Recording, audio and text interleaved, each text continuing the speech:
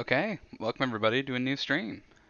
We're back with some more Citizen Sleeper. If you saw the tweet, this is the second time playing this. It was a lot of fun the first time. I've been enjoying being able to do my little brand of voice acting. So we got the voices for a bunch of characters now at this point. I hope I'll be able to remember them and do it to the same degree effectively as I was doing last time. Because I haven't exactly had time to practice the voices like I probably should have, as I kind of had the voices set.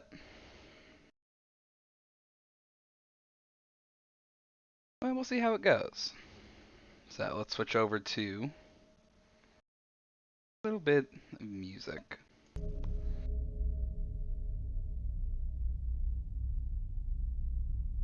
Go to this tab, I think. Why? Oh, right. Slightly scuff. 1 second.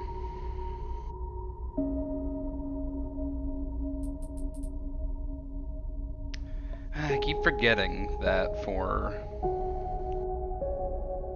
my thing, my little PNG to work out to be in a Discord server. There we go. There's that.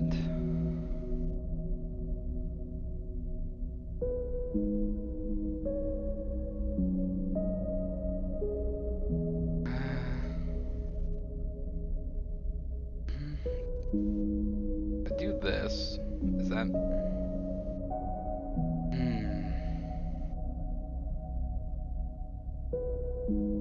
Why is that not working? There we go. I did it. One day I'll be able to do this smoothly from the beginning.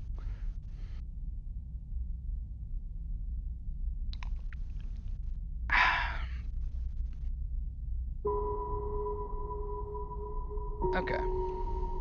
So I probably should have had that stuff figured out before stream, but well, it is what it is now. But it's working, so it should be fine.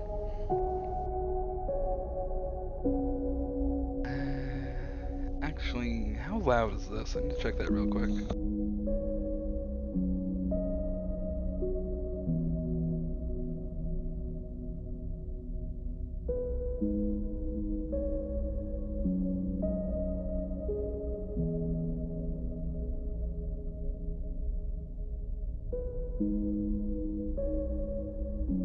Alright, there we go. That should be fine. I just turn down my own headphones a little bit loud in my own ears. I think it's working fine though. If anyone has any complaints, please feel free to bring it to my attention and I'll fix it best I can. We're of course going to hit continue with our machinist. I do still want to know if I finish a game as a machinist, I wonder if I unlock a new class that I could start the game with. Because I'm not sure if I'm going to do it streamed. But after playing this game just once, I already kind of want to play it again just to try different builds, different routes. Because I already know I'm not going to be able to do everything on this one character. I've already burned some bridges I don't think I can rebuild. Oh, this is still happening.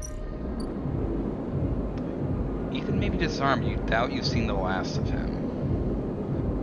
I have 8 cycles for that to be dealt. For that comes to some type of conclusion that I don't know yet.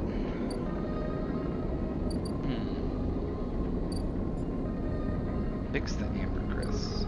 I do want to do that. Can I do anything in here?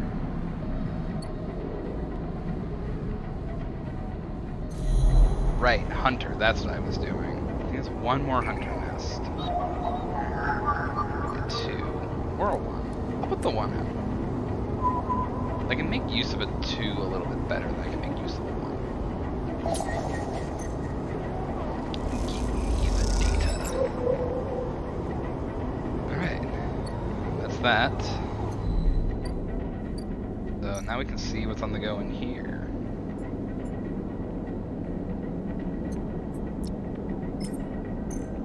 Upload some hunter data and see what happens. Neoven wants data on the Hunter protocol's action behavior so we may counter it. No other use for this, so might as well.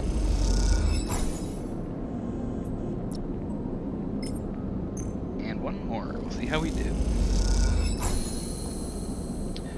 As you upload the data to the vending machine, Neoven whirs in either pain or delight. It's hard to tell. How's it going, Neoven? Neoven is thrumming with excitement. The movement of the servo motors rock the vending machine back and forth at unsettling angles. You wonder, if it fell over, would Neoven be able to get back up? Sleeper entity, comes the hiss. Your data is good. Across the face of the vending machine, raw code scrolls at an incredible speed. Hunter is isolated, disconnected, unstable. Neoven flashes sequences of mangled data, compressed into a sludge of artifacts. Hunter gathers without thinking, outlived its own operational limits. Its nests are evidence of this. Operational limits? Hunter activated during collapse. Emergency protocol to isolate intelligences. Solheim needed to protect property. That last word is said with as much sarcasm as a vending machine could reasonably produce.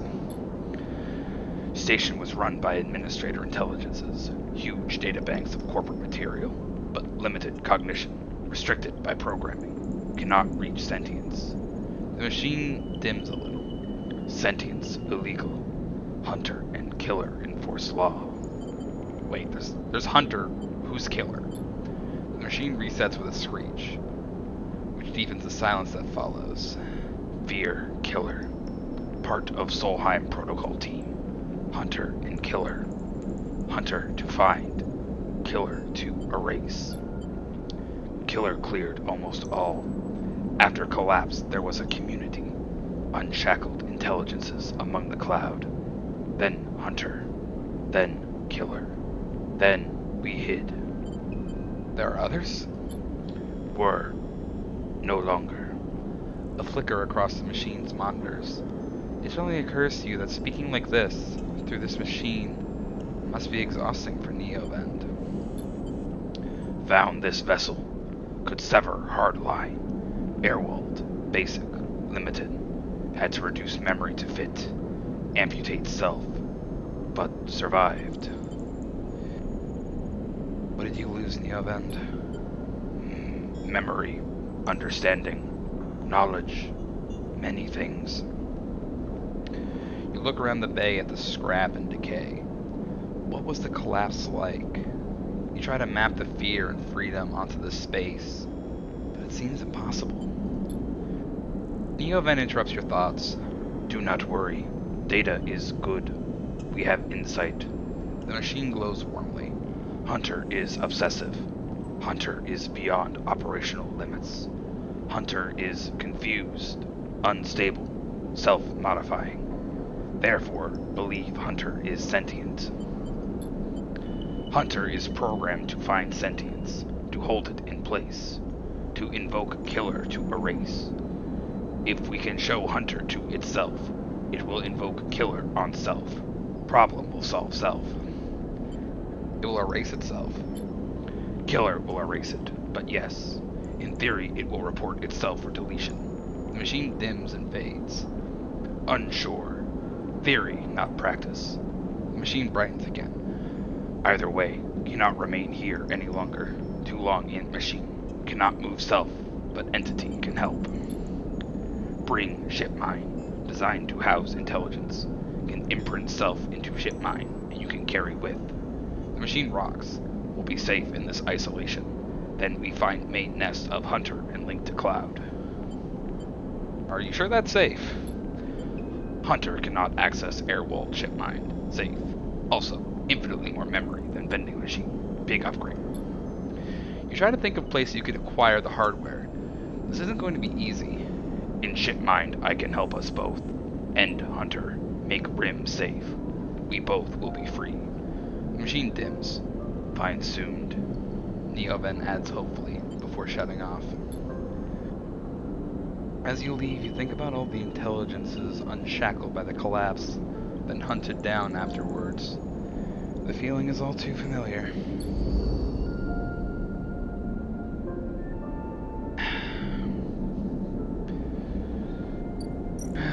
a good day, seems.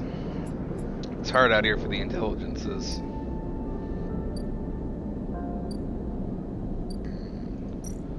Can I get from here? I don't need more. I don't think any more ship mine fragments. I have 3. That's a fair amount. I don't even have the cryo to do anything, but. Amber Hull. I'll use this one first, I think.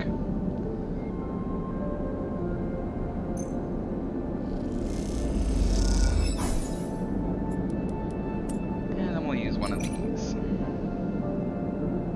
Boom. With Ankita's help, you systematically isolate, remove, repair, and reseal the hull plates. Amber looks better and better by the hour. The stranded mercenary. I think I remember what voice I was doing for you, Ankita. Ankita is crouched in the computing core of the ambergris, swearing to herself when you enter. She doesn't look up.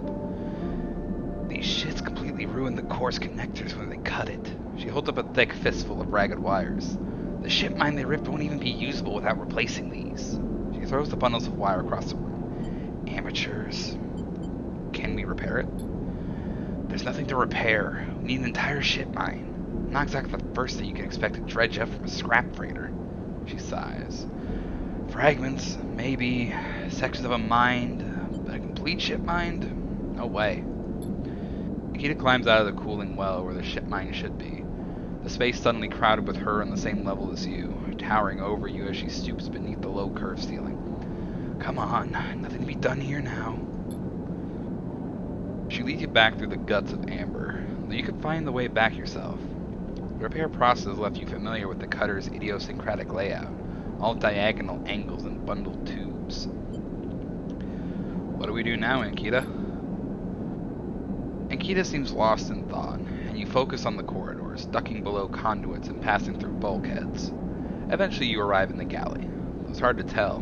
Most of the benches and prep surfaces are covered in half-stripped components and welded hull patches. Ankita shoves a box of filters to the floor and sits. There's no way around it. She starts out of nowhere. We need a new ship mine. I can salvage one.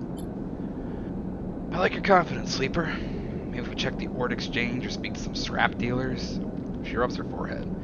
It seems I'm about to do something very stupid. But hey, I came here, didn't I? Why not make a run of it? She fixes you with a hard stare. Sleeper, you're all I've got. No crew, no friends. You're it.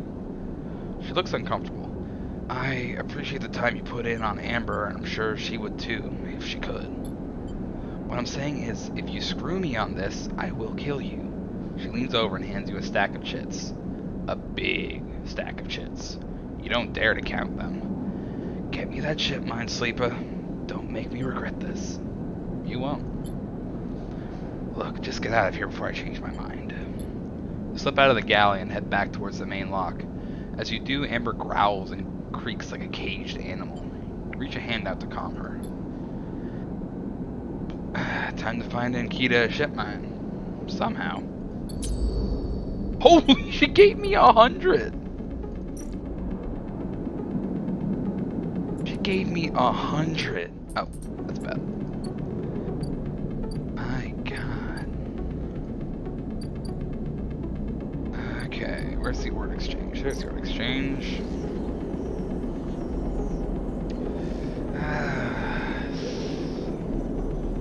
Play the exchange, which I don't really want to do.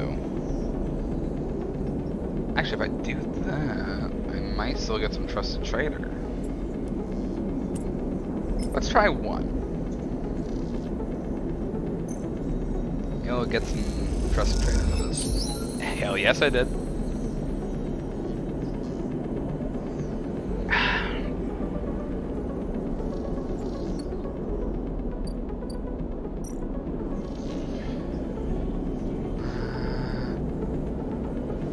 What happened? I got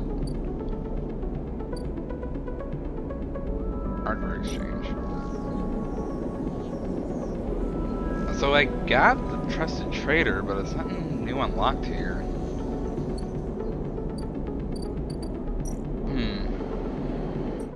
No, stop that, keeper. Oh, no, there's one here.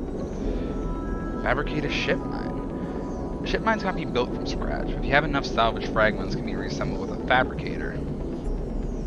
I have 3 ship mines.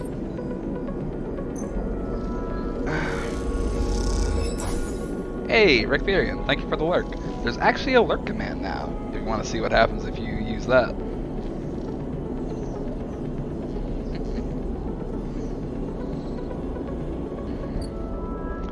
But yes, lurks are Minecraft. We have a ship mined. Yeah. Hospitality and respite. Hope your token making goes good. That's that ship mined, and that one goes to Ambergris. That's the one we made the deal with.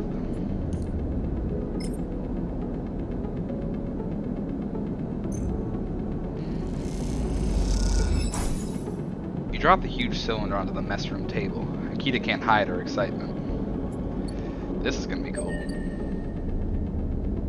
Hey, I got an upgrade point. Sweet. You drop the ship mine core onto the galley table with an emphatic bang. Akita spins around from where she's been poring over some documents on her slate. Holy shit, Sleeper. You actually landed a ship mine? She rushes over and hefts the huge cylinder, turning it back and forth. Well, shit. It might actually work. She smiles wider than you've ever seen. Where did you get it? I built it. Built it? Well, you are full of surprises. Akita bangs on the galley wall. Hear that, Amber? Sleeper got you a new ship mine. The sound echoes down the ship's passages.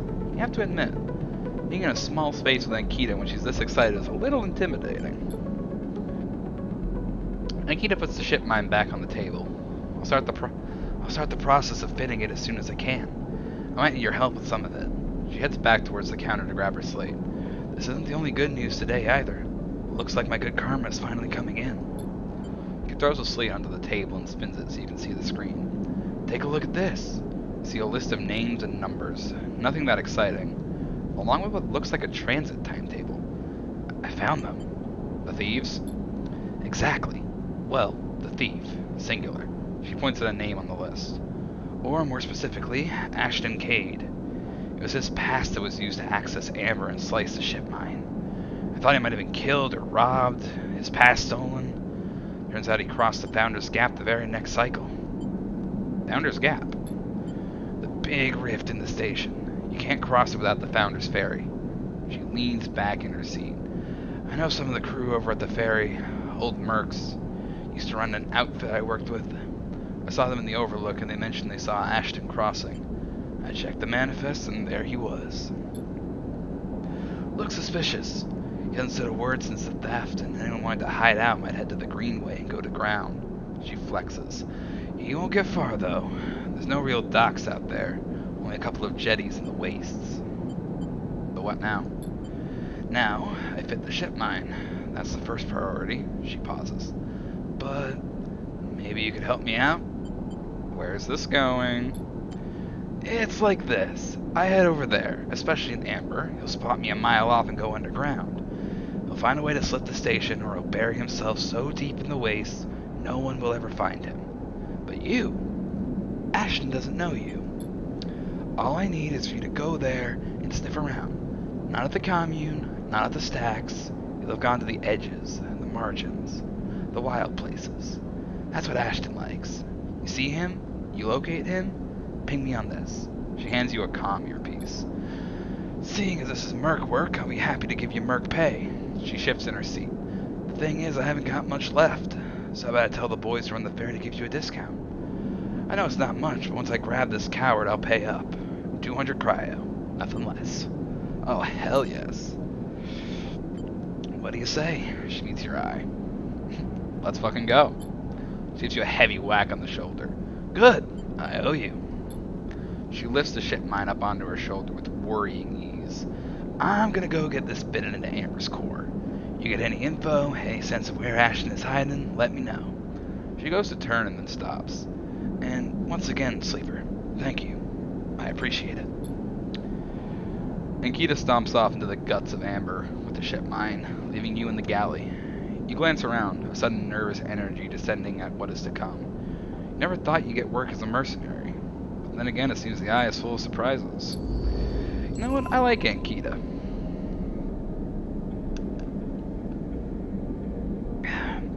Mess with the crew I run with, I'm happy to mess with you.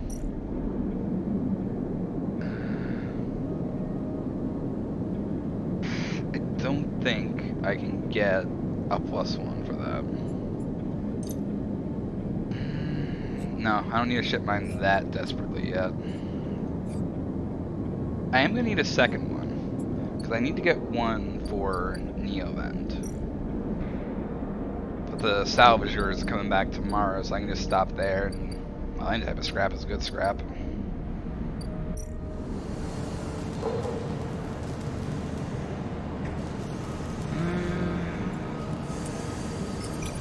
Nah, I'm not using that there. I only have a 1 dice left. Is there anything I can particularly use my 1 dice for? I don't think there is.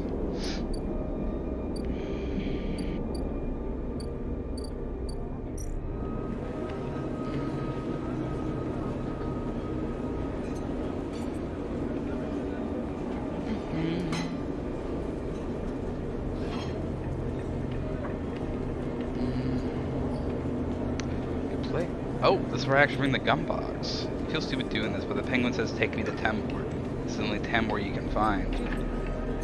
I didn't realize this was a Tambor.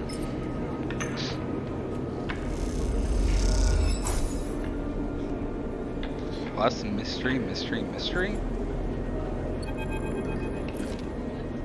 As you go to leave the Tambor tea house, a hand falls on your shoulder.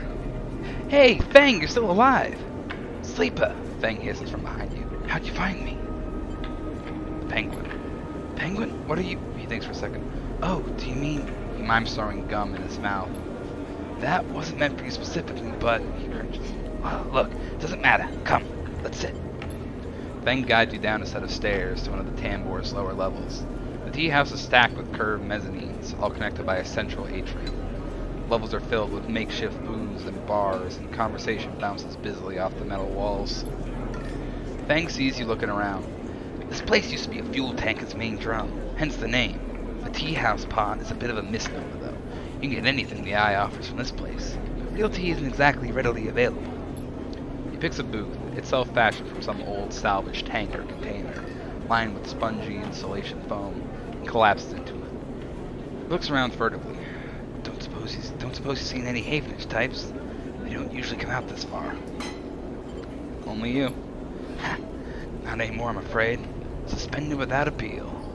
Turns out hardened as someone's ear. He grins. Doesn't bother me, though. It shows we hit a nerve back there. He picks a scrappy, hand-scrawled menu from the table and tosses it over. What are you drinking? Look at the menu. Thing is right. The menu is ridiculous. There's 10 different infusions, most of which you can't make out. Excuse me. The paper is dominated by an extensive complement of esoteric alcohols and cocktails. Black tea is listed, without a price, as a seasonal specialty. So, he ran into Hardin. Was he pissed? Fang doesn't wait for an answer. That snake is so self-righteous he might actually believe that Erlen would approve his meritocratic bullshit. I think that was the voice I was doing for Fang. He taps on the table. If Havenage was like it should be, like it was founded to be, they would have shouted him down at any council meeting he dared to mention true citizens. He sighs. But I guess his kind run the place now. A young woman with a vine tattoo snaking up her arm turns up at the booth, a slate in hand. Your order? You skim the menu, your eyes glazing over. Time to pick something. Kelp infusion. He nods and notes it. And you? She begins looking at Fang. When she sees him, she suddenly stops. What the? Fang shrinks a little. You're supposed to be working. This is your shift. He grins sheepishly. You work here? Fang waves you to be quiet. Look, Jenna, let's just say this is my break. My friend here has been through a lot. Jenna looks between the two of you. Gonna nod. Fang also starts nodding. 2 minutes, says Jenna. Oh, 2 minutes, says Jenna, pointing at Fang. And only because I don't want to get dragged into whatever this is. He gestures at the table and walks off. What? Fang stretches out in the booth. You know how it is. We all have to eat. Plus, he leans in, which is the best place around here to find a person you might be looking for. Who? Remember that web of connections that Hawden pinged the moment we confronted him? Those are his collaborators. If we want to understand what a Solheim executive might be getting up to on the eye, those are the people we have to find. Fang is almost whispering now. There's a couple who I suspect are in the low end, and well, almost everyone in the low end comes through this place at one time or another. He brings a modified slate out onto the table. I set this up so that when anyone with the network signature I'm looking for comes into close proximity, it'll mark them. Once they're marked, we can break through their access protocols and get at the good stuff inside. We just have to find them first. Hence me moonlighting as a waiter. Suddenly a smile grows across his face. Wait, I got an idea. Oh no. Look, I can't cover enough of the low end on my own, and so far there are no matches in this place. With two of us, we can cover more ground. Fang, what am I getting into here? Well, Fang has a hangdog look. We need to get you out and about in the low end, in close proximity to as many people and residents as possible. And it turns out my friend Minji needs some help with deliveries. As in Minji Express? Ah, so I already know him. Perfect. Fang places a tiny receiver on the table. This connects to my slate and runs the same market protocols. If you get near any of our targets, so all you have to do is take some delivery shifts for old Minji, and soon enough we'll have the place covered. Fang.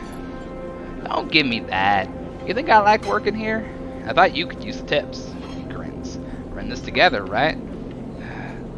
Right, we're still in this together, Fang. Okay then. Fang slips the slate back under his clothes.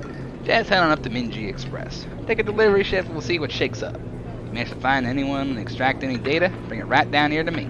They had me on double shifts, so I shouldn't be hard to find. Ah, poor Fang, working doubles.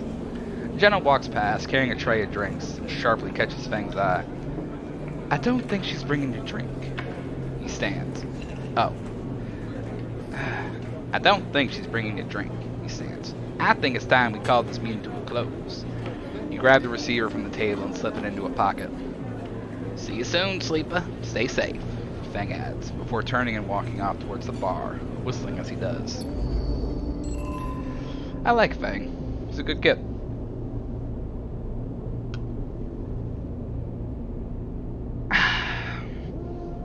Fine drink. The one dye isn't really good for anything. If I use...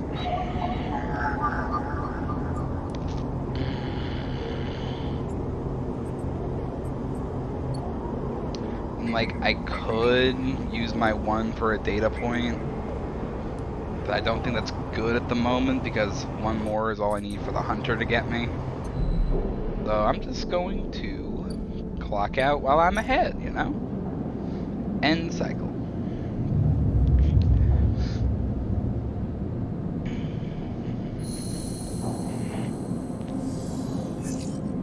Ooh, those are some good dice.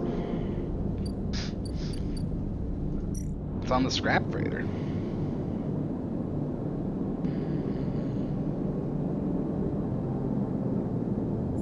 Let's see what we get.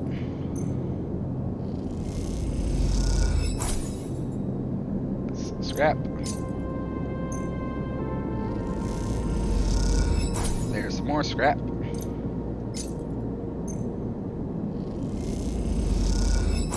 And 3 scrap.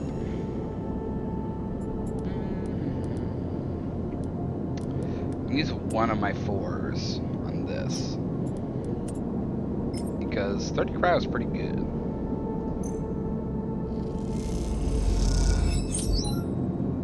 Oh, I got energy.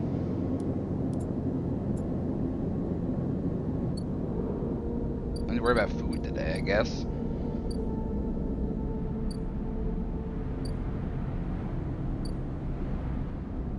Let's see, what drives do I have today?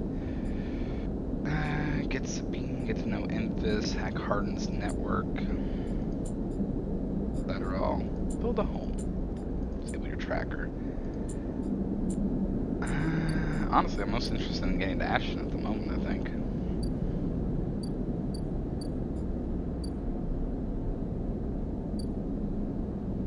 Actually, I think the day...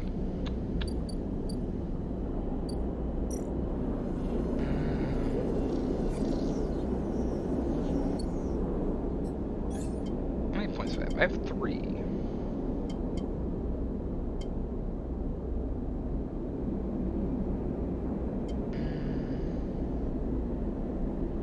Sunbathe.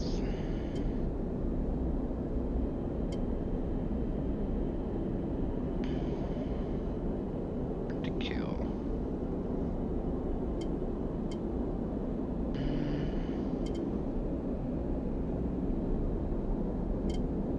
Now, self-repair might be pretty good, actually. I have a fair amount of scrap. I also gain random scrap. I have a chance to gain random scrap in engineer actions. Yeah, I'm gonna go for that one. And I'll go for Sunbathe, just because if I have that action, I can probably use my low dice for that.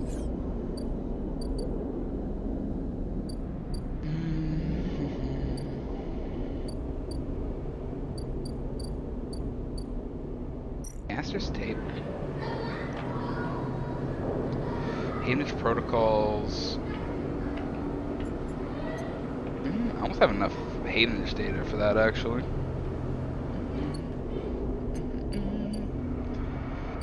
The free spoke.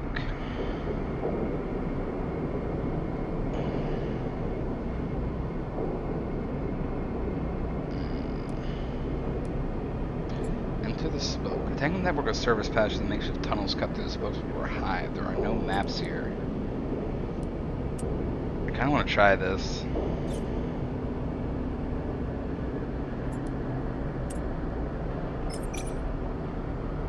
Let's try this.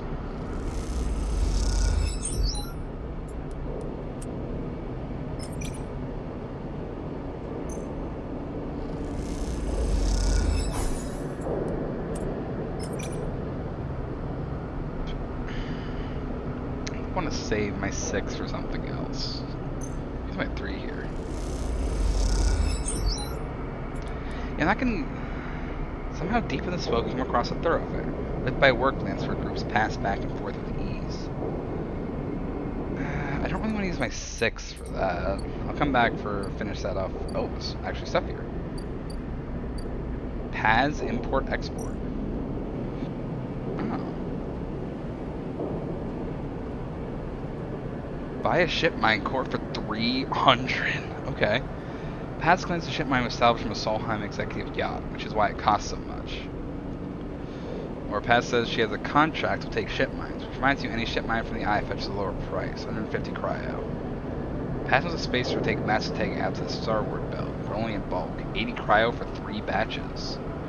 Oh, interesting. Midline freight hub. What's this?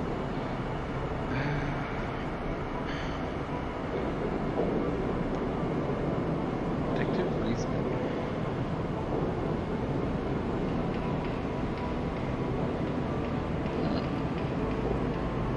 Okay, this is interesting. Either a freight operator. Midline runs automated freight down from the free spoke. Need skilled operators and you don't have to lift a single crate. Or I can steal a shipment. So many shipments, what's one diverted package? You would have no idea what you're stealing. That's part of the fun, right?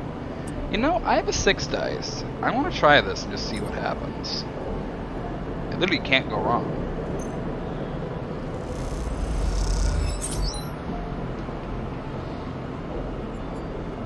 Hey, I got gyro caps. Okay. Stealing shipments from midline is going to be picked up fast. Even if you are careful, their systems can't be fooled for long. So I can get a cup. I can steal like 1 more.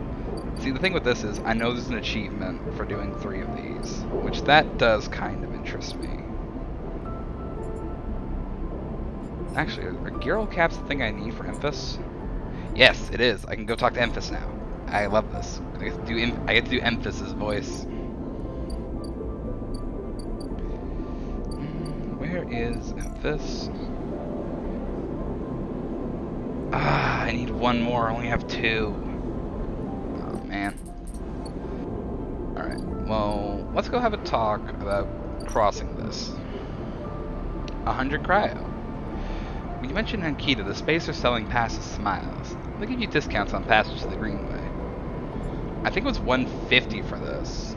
Oh. 1 second, I'll be back in a moment.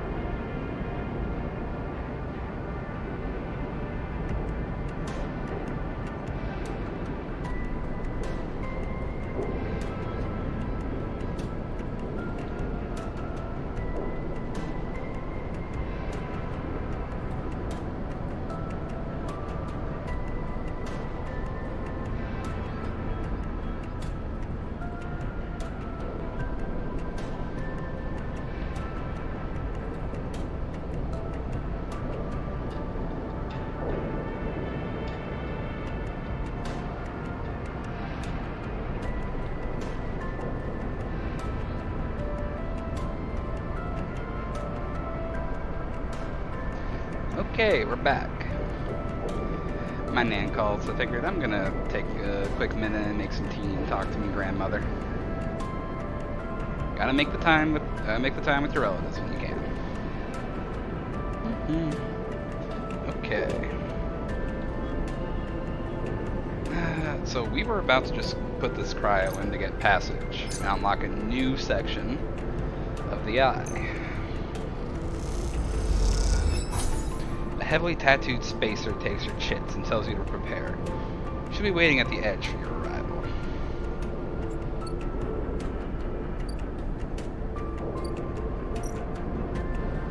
Take the ferry across the Founder's Cap to the Greenway.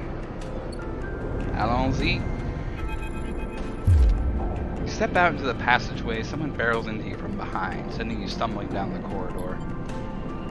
Esh, a stubborn XPR spacer. You turn to see an unfamiliar spacer, laden with heavy gear. She steadies herself, staring you down as if daring you to respond. I'm gonna stay silent. She adjusts a strap on her shoulder, barely giving you a second look before setting off down the corridor. Peak. Now you're fancy. I like your getup. A cautious XPR spacer. What voice do I do for you? I'm sorry for her. A second spacer smiles at you apologetically. She's on a mission, and when she's on a mission, they shrug. Tell her to be careful. They laugh. Does she look like someone who can be told? Peek. Esh stands further down the corridor, glowering at her friend. She chops at the air, pointing down the corridor to whatever end she's rushing to. Peek raises their eyebrow at you. Eshe, please. Do you want everyone on this station to hate us? Eshe hardens. They want to hate us. They can hate us. She drops her hip. I'm not exactly seeing much love as it is. We're lucky we got through before they set up the damn cordon. I'm not interrupting this. Peek sighs. The station isn't Hawthorne. Everyone isn't yoked to the same corporate protocols. Eshe sighs. I ain't saying they're part of the administration, jerks her head in your direction, but I'm saying we need to get those supplies to the Briar before someone starts asking questions. Can I help? Peek smiles slightly. See, Eshe? Help. Isn't that exactly what we need right now? Peek. Eshe rolls her eyes. Peek ignores her. We are with the refugees, the ones Havenage have cordoned off from entering the station. Eshe interrupts. The ones that are being quarantined in makeshift vessels that barely made it to the eye to begin with, the ones that your station administrators have called an existential risk and are running out of supplies while their right to safety is being debated by people with no stake in the future. She quickly looks away, annoyed at her own outburst. Peek sighs. She's right. People are trapped out there, and they turn to Eshe. We understand that this is a big problem for the Eye. Hundreds of refugees and more ships turning up each cycle. They hold up a hand to stop Eshe interrupting. But... Eshe turns away, her burning anger a palpable force in the close quarters of the corridor. They need supplies. After everything they've been through... Oh. They need supplies. And after everything they've been through, the quarantine isn't helping, Peek finishes. That's terrible. Eshe looks back at you, her fierceness fading.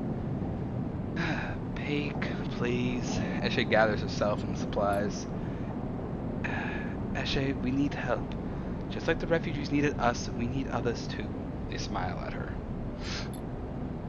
Peek turns to you. Come find us. The climbing rider is docked at the Broken Spoke, past the Greenway, in the wastes. We have a good view of the cordon, though we're keeping our distance for now. Come help us. They squeeze your hand. I really like Peek's design. This is just really cool. Is there something on his shoulder there? Or, that might be an XPR symbol, whatever XPR is. I have to learn a bunch of stuff about these guys now, it seems. Eshe turns to leave and Peek follows, waving goodbye. A moment later, Eshe shouts back down the corridor. Don't bother coming empty-handed. You want to help? Show us. Bring supplies or don't come at all. Y'all come back now, you hear? And with that, they disappear around the corner. Eshe already picking up speed as Peek calls for her to slow down. A refugee flotilla. Where are they coming from? And why now? Each time you think you begin to understand this place, something changes.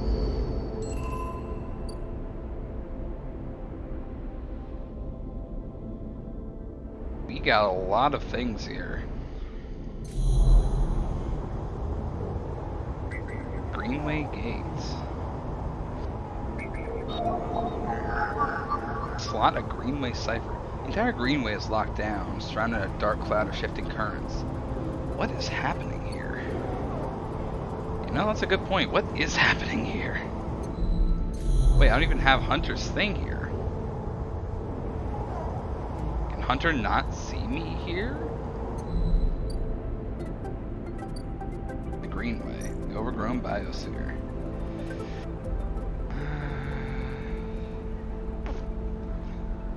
Map the pathways or walk the Greenway. Exploring the Greenway is unlike any other place on the Eye. Its overgrown chambers defy mapping. It's interesting. What's this? The ferry across the Founder's Gap to the Rim. So this place is just fully disconnected. Ifa Commune, the self-sustaining community. Or the Wild Margins, the artificial wilderness. The Waste, ruined agricultural systems. Climbing Briar, escaped XPR ship. I think this is the Flux episode, which I want to figure out the base game before I do the additional content. We can do the Haifa Commune. Work the grow beds or work the canteen. Newcomers to the commune can work with the canteen, preparing and serving food for those that make the compound their home. Or, the grow beds are at the heart of the commune, being the members and fueling their lab work. You are invited to assist in maintaining them.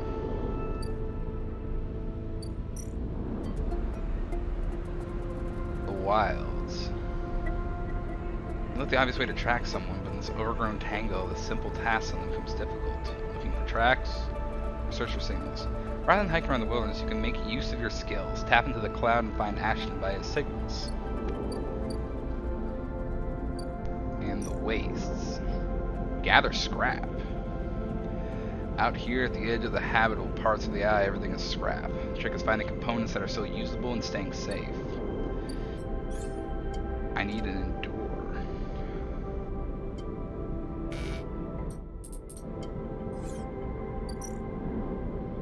I can gather scrap, that's pretty good. And suppose that's just a thing I can just do.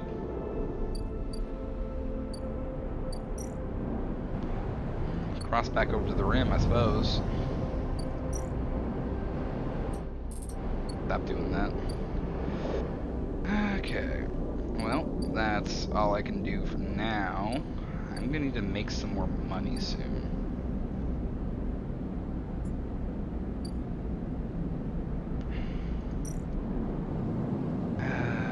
Some careful engineering can patch up your damaged body with scrap component. The result isn't pretty. Or sunbathe. Safe. Your frame's photosynthetic skin allows you to gather energy through sunlight. The longer you stay, the better. We're gonna end the cycle for now.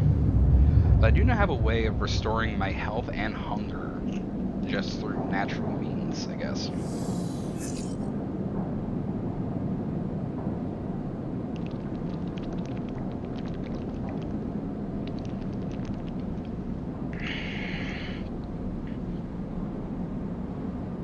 How much does a scrap repair?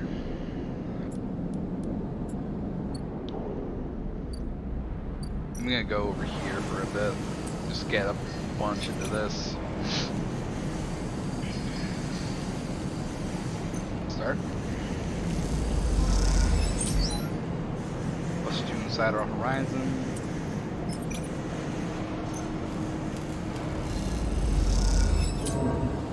Loss of condition.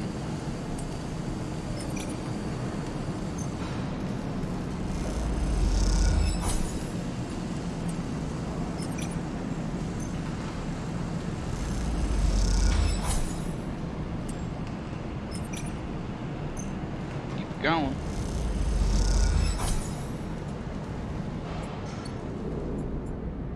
Good amount of cryo there, actually. I'm definitely gonna need more.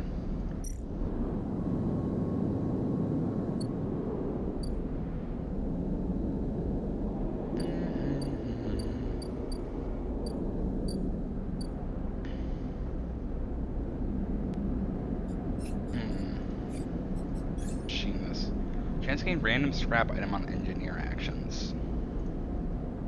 What is the chance of getting that though? Because I just did six of those and got nothing. Put in a scrap. I'll try it. Will it restore a full dice worth? It restores one scrap for one condition. Oh, that is enough. Actually, that's enough that'll make sure I get 6 dice. Or 5 dice. Yeah, honestly, that's probably what the point of that is. You can kind of like keep yourself in the barrier. Oh, I forgot to eat. Crap. Oh, that didn't work. Man.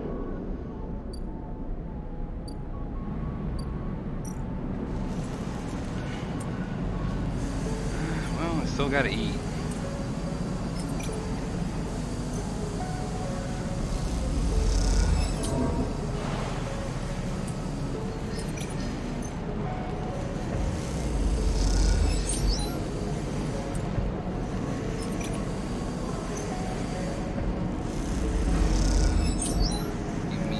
Money.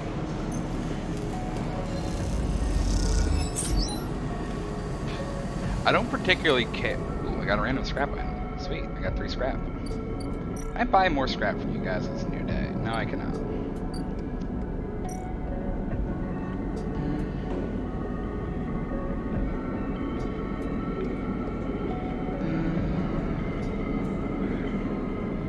Talis is as good as her word and have to throw a shift or 2 your way. The pay isn't great, but tips can make all the difference. Good service. The overall clientele can be a tough crowd, but you have Talis backing, and that means a lot. I am kind of curious about this one, and Talis voice is fun to do.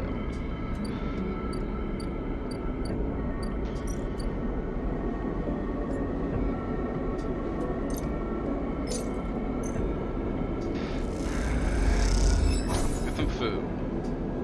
Plus fungus fan.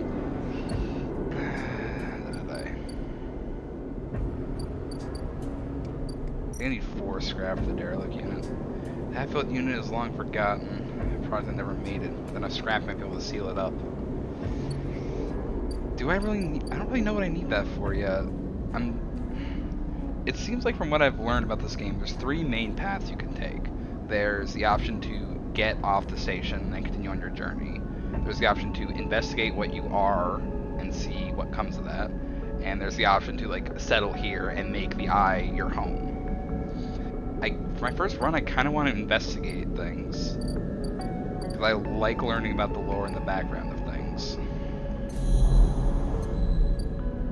So I don't really think I need to settle down. We end the cycle here.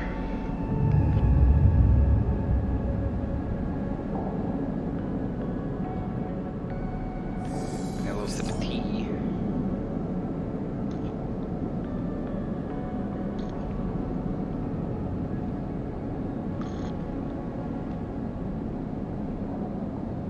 I use my 1s on Sunbathe. What happens? It's a safe action. I don't think I can lose anything from this.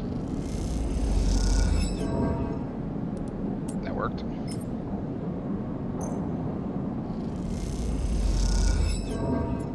Yeah. Yeah, it worked. I don't really... It gives a good use for my low rolls so I can at least get an energy off of it.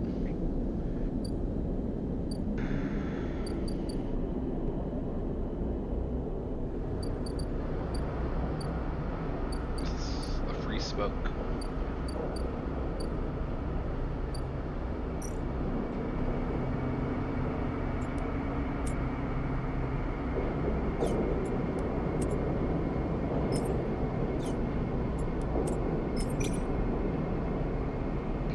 Yeah, enter the smoke and just see what happens.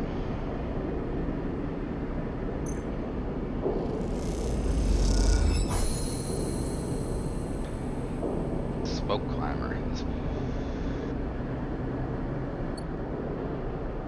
Another place? The Ascender car. Ascend to the hub.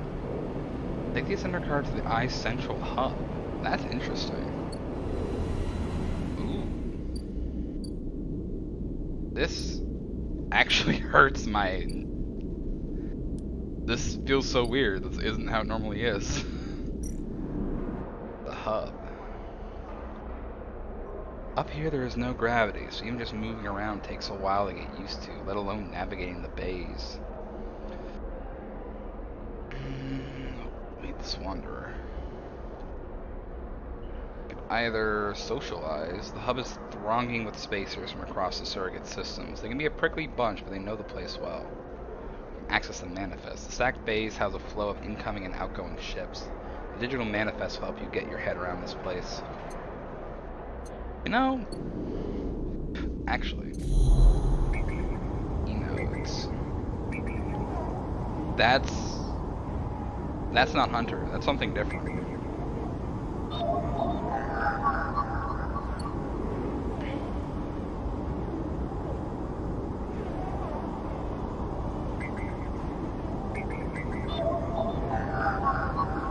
These are...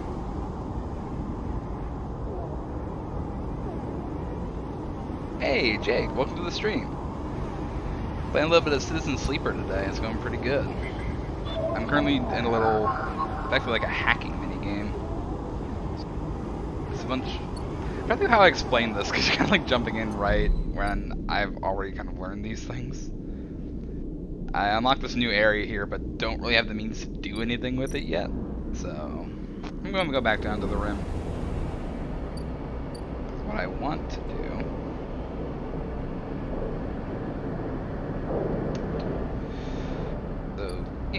Just kind of get an idea for what this game is. Citizen Sleeper, you play what's called a sleeper, which is someone who's effectively sold their mind to be... what's the word they use for it? An unbound consciousness, I think that's what they're called. So you're pretty much like a sentient being in a robot body. Or a human being in a robot body. Like your consciousness gets uploaded to what's called sleepers. And through your contract, you're supposed to work, but for whatever reason, our character decided, let's not do that.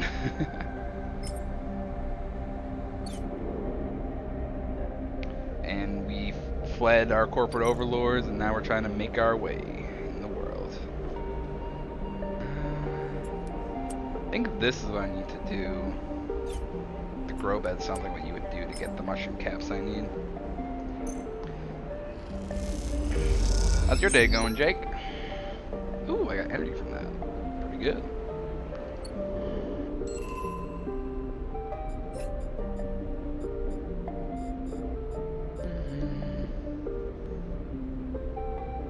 Yeah, it does. I don't know if I'm going to be streaming multiple endings of this on Twitch, but I think I definitely will in my spare time, because I'm already interested in some of these paths that I already see like diverging from each other. If people are interested, I might stream more. I know I want to get one run done on stream though. No Emphas. Gyro calves. Getting ourselves together to make some food. Ooh, what's on the menu for tonight, Jake? Or are you still figuring that out? Can't do anything there. I suppose that's the end of this one for now.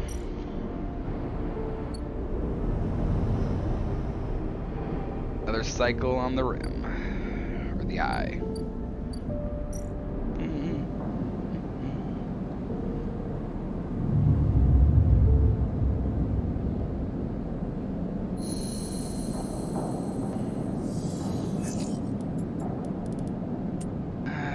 Burn the one. Ooh, air fried chicken. That stuff's good. I haven't made it myself, but when I've had it, it's been really good.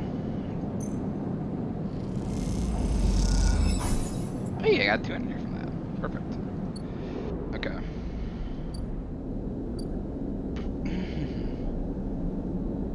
I haven't had an air fryer in so long, man. I moved to my new apartment and it had to be left at my parents' place.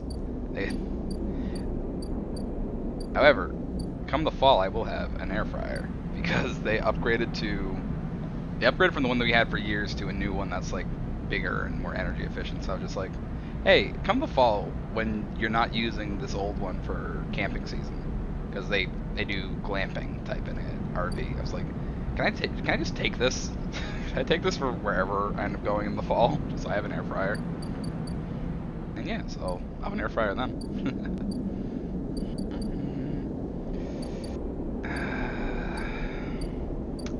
Okay, I need to deal with this one first. There's 2 cycles for this.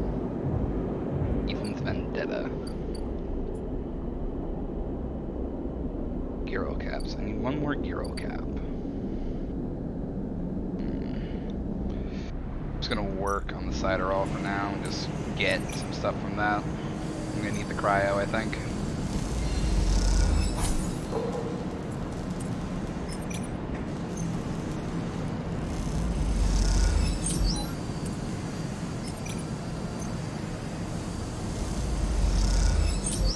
Oh, I got a new thing. Camaraderie, care, focus, progress. Shifts like this give you energy, especially when you look back at the Cyberall horizon, growing impossibly.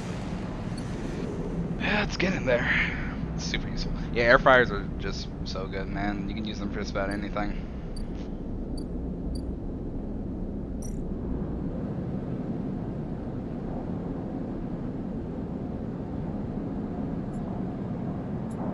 I think I need to spend a scrap or I'm gonna drop down to 3 days. I'm gonna spend a scrap.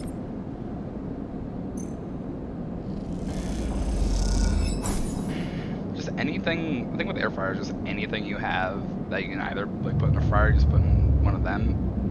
You ditch the grease, it's faster, it's tastier, it's so good.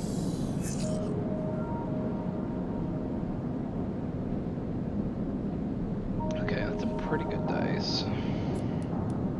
Then this one for sunbathe action.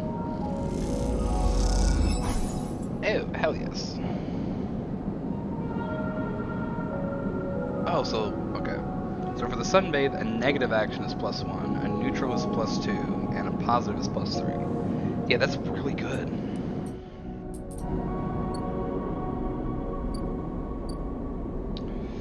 This clock finishes tomorrow.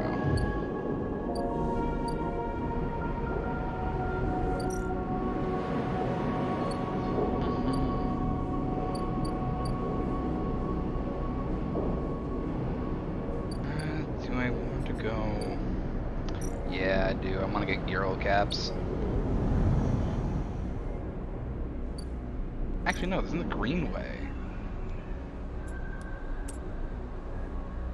The way to explore the Greenway is simply to pick a path and set off into its twisted chambers and passages. This carries obvious risks. Doesn't matter when I got a 6, baby.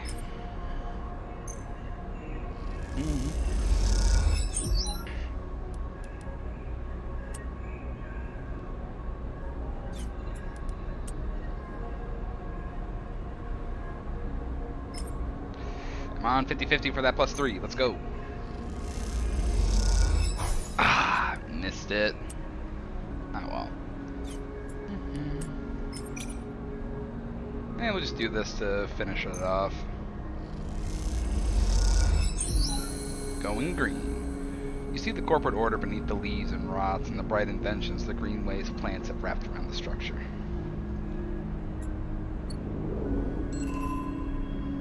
There's the mushrooms I need. Yeah, I'm out of dice. Man. I want some mushrooms. I want to get... I want to chat more with... Emphas. Emphas is so cool. I like doing his voice. I got a new... Grow mushrooms. Why do I have a goal to grow mushrooms?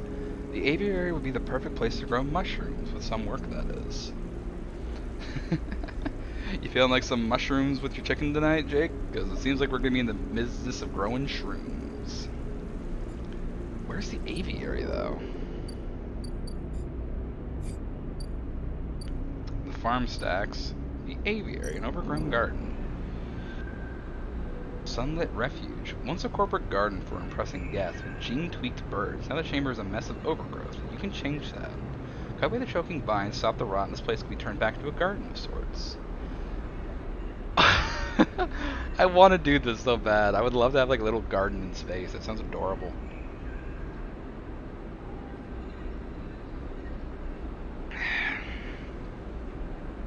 You know what? Screw every other goal. I'm gonna start a garden in space. Farm stacks. I can barter for food, or I can thieve. Work the stacks. There's loads of, or we can steal. There's loads of food here. Why should these farmers keep it to themselves? If you do it quick, they might not even notice it's gone. Or some farm stacks from the old station have survived, and the farmers that work them are always looking for new workers. They pay by yield.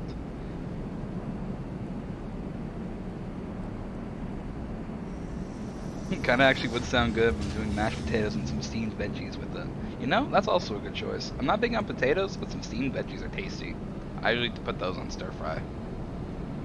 Let's just barter for food. The farming collective control the stacks, don't like to sell their food piecemeal.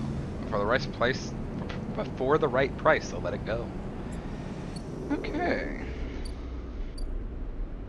I want to get this aviary so bad. I would love to have like a little space garden. That sounds so good. Let's cross to the rim.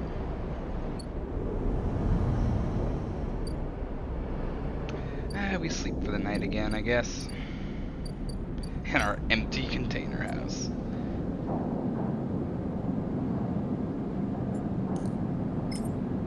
Scrap, just so we keep 4 dice, because I feel I'm going to need that tomorrow.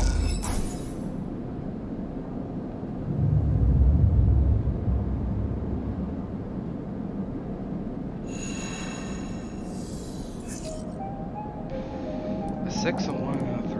I'll put in my 1 in. Let's see what happens. I'm not going to use a 1 for anything else at the moment. I'll take it. Oh, Ethan, what has happened to you? You miss me? Ethan smiles a ragged smile at you. No, I haven't. You look at him. He's paler than usual, hunched. He's sporting a black eye and more than a few cycles of beard growth. That's no way to greet an old friend. A friend? Well, he pauses. Colleague? He smiles weakly. This is big, really big stuff. About you? He seems more jittery than usual, on edge. You remember now how SNRP canceled the contract on you? The contract I was going to collect? Seriously, Ethan? Well, I'm guessing you were pretty happy about that shit. Overjoyed. Me? I lost everything. But let's not worry about that. He smiles sarcastically. And so, what do you think? That was it? I was just glad to be done with you. Oh, the feeling was mutual. Except, Ethan leaves a dramatic pause. What if old SNRP gave the bounty to someone else? Someone who is even more of a shithead than yours truly? He smiles darkly. What a disaster that would be. Who? Ethan grins. Now that's the question, isn't it? Ethan fishes around in his pocket for a slip of paper. I've been speaking to some friends, you see, some colleagues, about what went down. And it turns out SNRP canceled all their bounty contracts. A whole lot. It seems they brought someone in-house. Some guy who did so well in their last contract they got offered a job. He leans in. Apparently, he made a hit on the ship called the Winter Wonderland. Or something. He was smuggling sleepers out from under SNRP's big corporate nose. He killed the crew and blew the ship. Ethan whistles. They called him Hemwick or Maywick or something. He gives up looking for the paper. I forget. You mean the Winterlight. Oh, that's it. He looks at you hard. So, you do know all about all this. He pats you on the shoulder. You'll be very happy to hear what I'm about to offer you. Ethan runs his hand through his greasy hair. Given this new information I brought to light, it seems like you're in need of protection. I'll wait for the pitch. I, meanwhile, am in need of assistance in kind. It turns out I upset some people at the compressor the last time we were there. The owners. And they say they'll space me unless I work off my debt. Seems they're that kind of businessman, he grimaces. I would pay them, but... He shrugs and turns his jacket pockets inside out in a mime of poverty. He looks pitiful, even more so for his clownish acting. Then work it off, Ethan. Oh, you should be glad, the anger rising in him now, that I came here and told you this. You think anyone is looking out for you? You are a contract, a name on a list. He kicks the wall. Ethan rubs his temples. I'm sorry, he hisses. I'm sorry for being a shit and trying to kill you, and whacking that thick skull of yours. He sighs. You think I want to go up against this guy? But us. He jabs a finger between the two of you. We don't have a choice. So, you keep me from getting killed, and I'll do the same for you.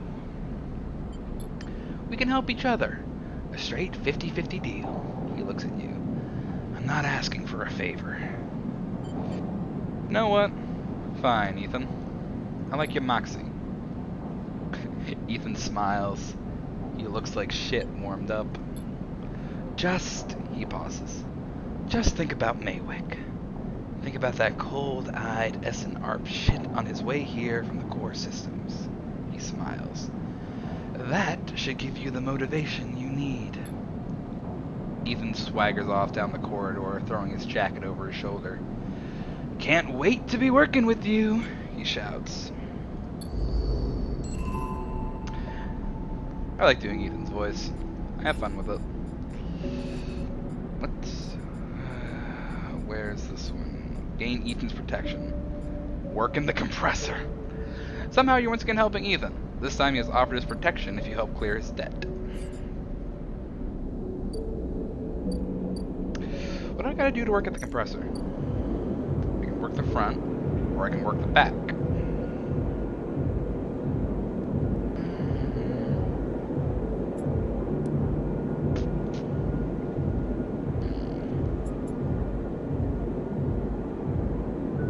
Turns out the compressor's owners are local gangsters. Now Ethan has to work off his debt if he wants to keep breathing.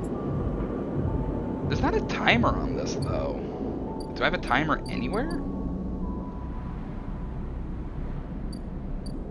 I mean, I know there's a hunter on the way from the core systems. If Ethan can be trusted, I guess.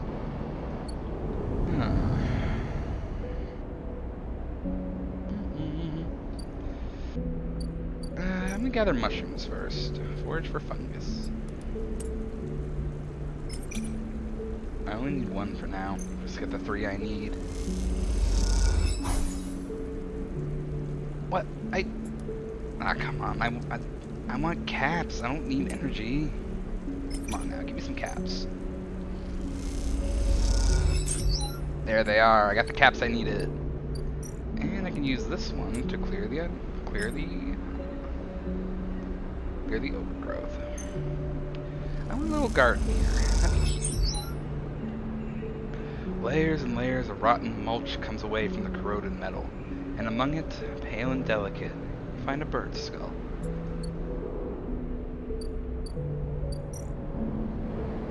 We're gonna cross the road now. That's about all we can get done tonight. But tomorrow's a new cycle.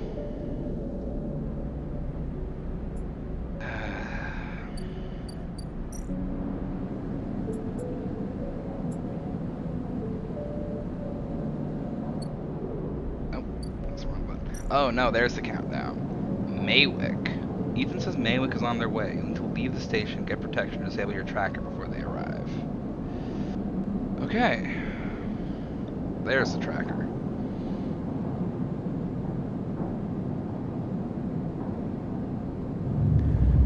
So Maywick is coming now. These are the timers that actually get this stuff going. Ah, man, those are bad dice.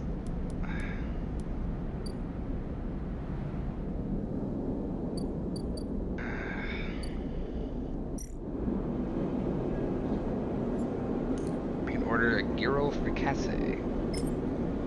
Emphas wants to make this whole recipe. He'll need 3 handfuls of Gyro caps, fresh and firm. And I happen to have 3 caps with his name on them.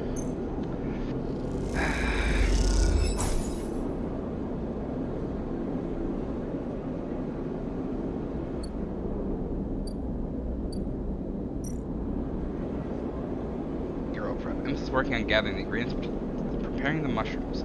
He doesn't like to rush these things. Alright. Understood.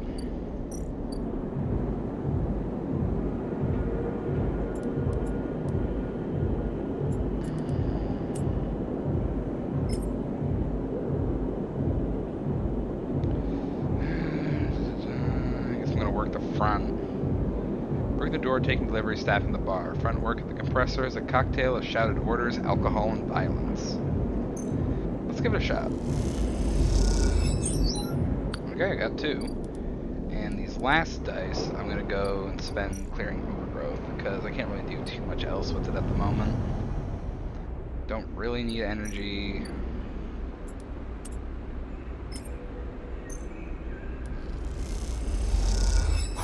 Oh, we got 2.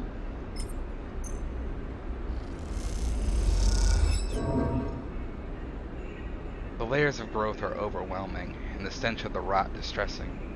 You do what you can for now.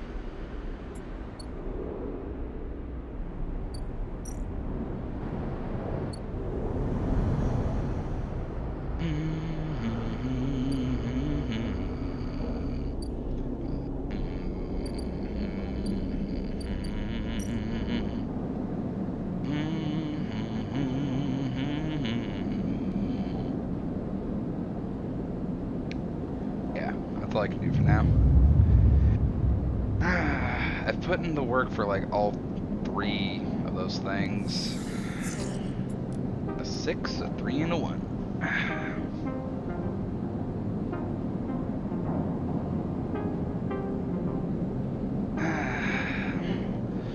Well, the 1 I'm gonna spend on a sunbathe and see if I get some energy back.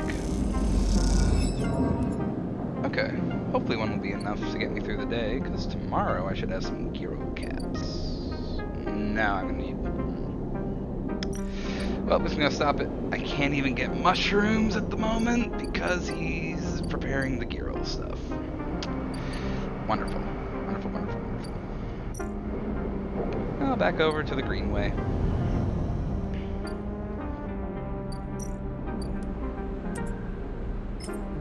Let's try this one and see what happens.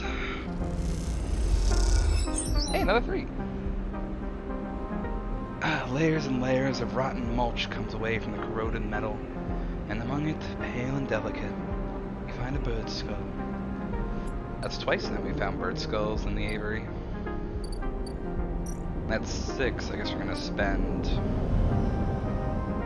helping Ethan over here.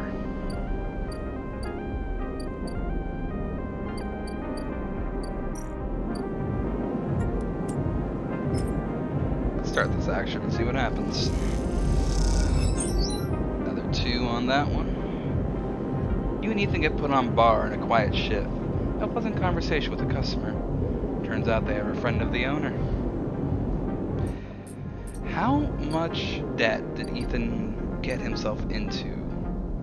Yeah, well, I mean, he spent like a week, I guess, just straight buying alcohol.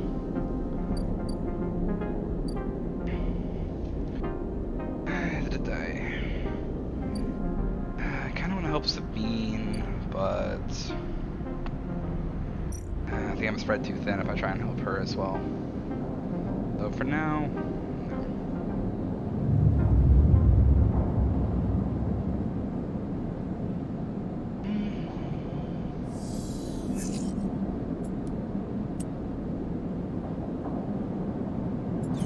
I'm gonna leave.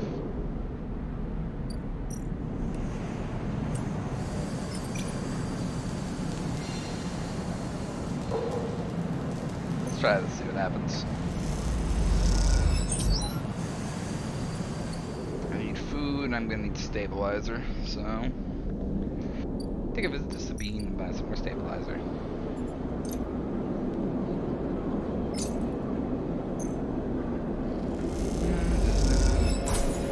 Shiro takes the chits and hands you a vial. You ask after Sabine, he doesn't respond.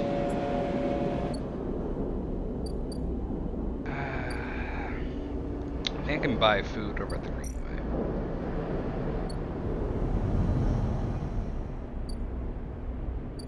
I think I can. Yes, I can barter for food. Let's see what I can get from the farmers. You know what? That'll do it.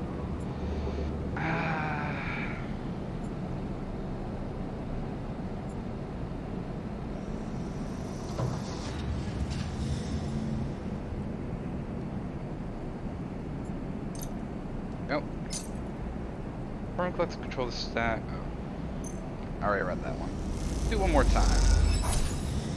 Farmers take the chits hesitantly and then pass you the food.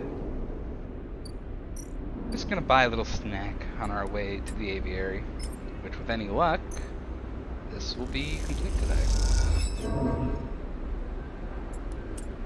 One more. That'll do the trick. Nope. Well, it'll be complete tomorrow, I suppose.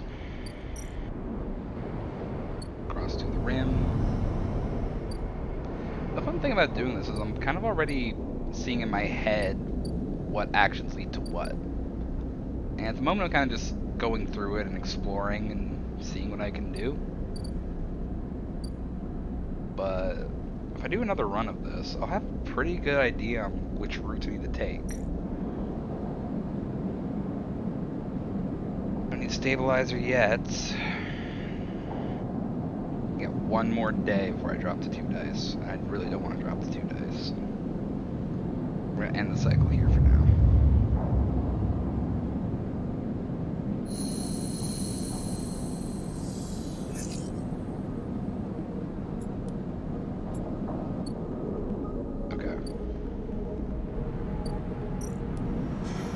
Spend my 3 dice here. On the side are also. There we go. Your crew slowly filters out of the shipyard locker room, the bubbling chatter reducing with each group that leaves. There's excitement in the air. Haven has just made an announcement. The assembly teams are done. Down on the locker room bench, you can feel the Cyberall out there, its hulking mass now intimately familiar to you. Over the past cycles, you have watched it grow, be assembled. You have walked through its veins and welded its bones. Now it is ready for the final stage. It will go to testing now, and enter a final process of sealing and resealing, checking and rechecking before it is deemed suitable for its generational trip. But for now, your work is done. You can't help but feel proud. A cough interrupts your thoughts. It's Lem, changing out of his work gear. Mina nowhere to be seen. He smiles. She'll be ready soon. Where's Mina? You two are fast friends, huh? She's being watched at home. Now I'm on the work team, I can afford a bit more help. He corrects himself. Was on the work team, I mean. We're all out of a job now. He quickly adds, not that I'm complaining. He comes to sit beside you on the bench. She's got to be in her best shape when she carries you, Mina, and me out of here. So confident? Lem smiles apologetically. Why not? I figure I'm due a lucky turn by now. He rubs his hands nervously. No use in wondering what if, until the draw anyway. There's a few cycles till then. Lem is right. The odds seem unlikely anyway. How many are working in the shipyard? Hundreds? 1,000? You've certainly seen more faces than you can count pass through. And are the Celis Foundation even going to keep their promise? Out here, on the Eye, you get the sense that no one will hold them to it. Why else would they be building the Cyberall in a surrogate system? I think Lem watches you with a worried look. Tell me about Celis. The Foundation? He thinks. I'm not sure I know much more than you. I hear they have a planet in mind for the Cyberall. Something temperate and habitable. I think they're run by some rich folk from the core. People interested in doing things different.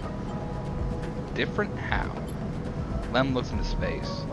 Well, I guess they don't like the way the core runs things. All these surrogate systems like this one, feeding resources into their silos. It's a pyramid of sorts. And we're at the bottom layer. I guess Celos wants to change that. I'd rather keep my mind on the prize, so to speak. I don't much care what they are for or against as long as they can help us get out of here. He sighs. You ever been in a thunderstorm sleeper? A real big one? I don't remember. Lem shoots you a worried look for a moment. It's something else. He smiles. The sound, the smell, the rain hammering down. The whole sky stretched out and bruised, roaring and huge. The place I was born, New Pembroke, a dry old rock in a Conway system, had 2 seasons. One of them was as dry as bone, dusty, ugly. The other was one long storm, a side effect of the terraforming efforts, they said. Rain used to rattle off the roofs like bullets. It washed the dust away, turned the streets to rivers. It'd sing us asleep and wake us in the morning. We'd wait half a year just to see it again. The best day was the one where the first drops fell. He sniffs. Some days I wake up swearing I can hear it again. I was thinking, Mina has never seen a storm, never even felt rain. She's grown up here, the ring her only horizon, always in the dark. I want to change that for her. You will, Lem. Of course. Almost there. Lem stands, stretching. Best get back to the little one anyway. When the shift's done, I reckon she'll be happy to have me home for a few cycles. He shoulders his gear. See you in a few for the draw? Good luck, Lem. Don't need it, he grins. Lem leaves, making you the last person in the cavernous locker room. As you sit, you think about the rain, and little hope creeps in. Is it possible? Could the Cyberall really take you to a planet? A place with weather? With skies? With life? You get up quickly before you can think about it anymore. It's too soon to hope. Too dangerous. There's work to be done.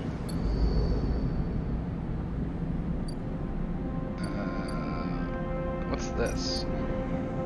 Cyberall draw 3 turns.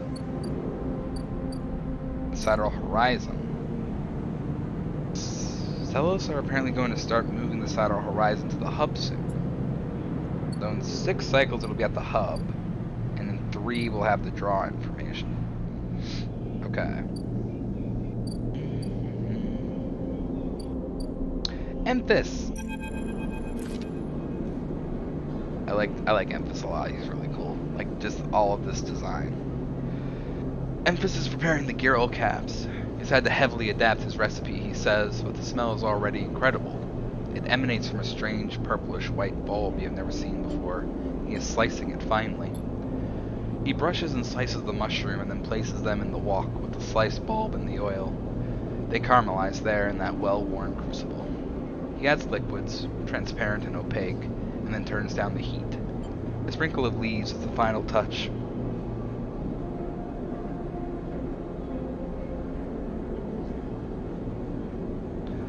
Your voices are quite good. Honest truth, I watch your talk show with Arsenal. I cannot believe he has stepped into the DMC. Right? Arsenal is such a good voice.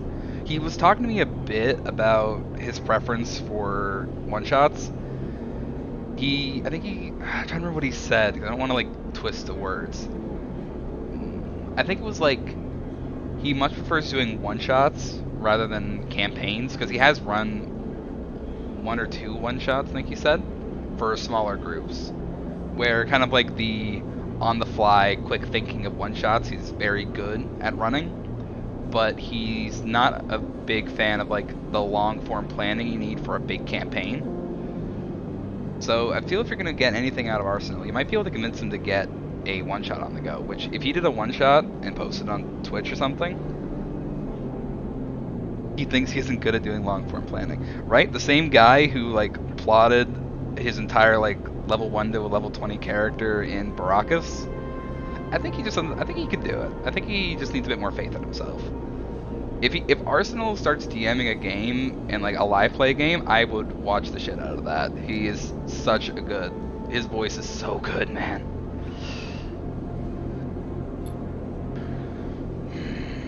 You have a moment, sleeper? He smiles. Do you have a story? Something in the scent of the food gives you a feeling of nostalgia, something distant and melancholic. It seems like the story should match that feeling somehow, and maybe you'll feel better for telling it. Recall your oldest memories or tell...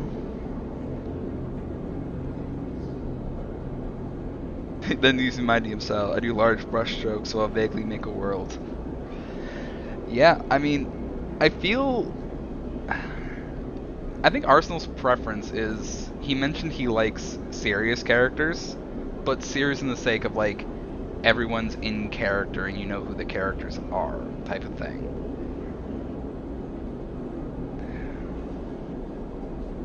But a more like improvised, kind of more vaguely make a world. I think like Arsenal would be really good with a more improvised type story. Like it doesn't, you can do a campaign that doesn't have like a main overarching plot. I think if you wanted to kind of keep that more improv off the cuff style, kind of like a Westmarch style game, might be really cool to see. One where it's more like he could think of like random plot lines that make sense. Say if like the party was a mercenary group working for a guild or something. So every plot line with this group is more self-contained. So that way, you know, it still needs planning, but he could kind of play off the more improv style he said he likes to do. Times players have pieces to slowly build on. Actually, something similar, Jake, where it's like I have my own world. I think I mentioned it on the talk show, where I know like the theme and like the major brushstrokes are of every continent, but most of them aren't filled in because it's, you know, it's not really needed. My players aren't going to interact with everything all at once. So, and also in doing that, it leaves room for them to like build things that they want into those other continents and even in the continent they're currently in. Because detail is very good, but too much detail becomes choking, you know? So you gotta leave space for the players to do their magic as well. I have an overarching story, but it isn't hard to just come up with a villain that is sort of pulling the strings. Yeah, that's all something you can do. Have like the big bad in the background who's been communicating so secretly the party hasn't noticed. That stuff could be fun. I don't think I've had to pull that card yet. We're gonna recall our oldest memories for this. You start by explaining that when you are emulated from a person, many of your memories are left behind. Perhaps it's an intentional part of the process, a way of keeping sleepers ignorant and malleable. Or perhaps it's a side effect of the imperfect emulation. You admit that you don't really know. What you do know is that some memories survive, and that on occasion they come back to you, like shadows passing overhead. You detail one recurring memory, which despite returning to you with enough regularity for you to think it's familiar, always fades as quickly as it arrives. You struggle to explain the feeling of being whole for a moment that comes with this memory, and then how that wholeness slips away to leave you feeling like you have forgotten something important, but just can't bring it to mind. Empus nods throughout, cooking as he does. With deft and skillful movements, you start to trail off and you realize you can't find the words to explain how the memories you do have feel like both yours and someone else's at the same time, and how that always fills you with a certain sadness. The sadness of remaining forever unknown, even to yourself. Unless you're Matt Mercer. Oh my god. I've been keeping up with Campaign 3. Like I mentioned, I kind of got into live play shows around when Campaign 1 had already ended. So I jumped on with Campaign 2 with the Critical Role stuff. I don't really know what's been going on in Campaign 3 though. I haven't been keeping up with it because just been busy with like finishing school and now this summer working 9 to 5 and then doing this at night. Empus finishes cooking and meets your eye. I'm sorry, sleeper, for your troubles. He puts the wok to one side. I appreciate you sharing with me. He smiles. I hope it lightens you a little. He passes you a bowl and heaps the gyros into it, their yellow color mixing with the pale sauce and whirls and blooms. Eat. The dish is delicious, filling. It warms you as you eat in a way you weren't even sure your body could be warmed. It is a small mercy, you think, that SNARP left you this pleasure. Many of the features of frames are there to stimulate human experience. You know that much. Emulated minds cannot be rewired, so their need for embodied experience must be met. That is why you breathe even when you do not need air. Without that simulation, the sensation of drowning would be unbearable. Food serves another purpose. Your frame is able to metabolize it, produce energy from the raw material. Vitamins and minerals are excess, of course. Your frame only needs raw power. So much is wasted. And yet, while you eat this food and feel that warmth, nothing feels wasted. It all means something to you. As you finish, Emphas takes the bowl, the last of his cleaning. He smiles at you, and neither of you feel the need to say anything more. Instead, you simply exchange nods, and walk your separate ways back into the Bright Market. Somehow changed. Emphas is so cool, man.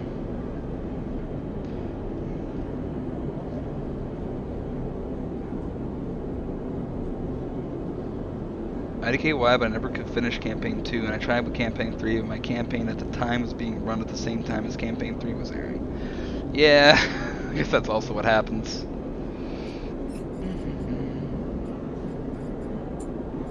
Natsutake caps. That's the next thing I gotta get, I guess. I mean, I didn't finish Campaign 2 either. There was, I don't know, just something about, I think it was after episode 90 or something, where it just, I don't really even know how to describe it. Just, it wasn't clicking in my head the same way it had before. I tuned in again at the ending because I wanted to watch the finale fight. I watched that one, but I guess, you know, some of the build-up was lost on me because I skipped like 20 or 30 episodes at that point. And in Campaign 3, I started watching the first episode, and again, it just didn't click. But, you know, it's always a struggle with new characters and everything. But, oh, question. Did you watch Exandria Unlimited, The Calamity, run by Brennan Lee Mulligan? That was such a good little mini-series.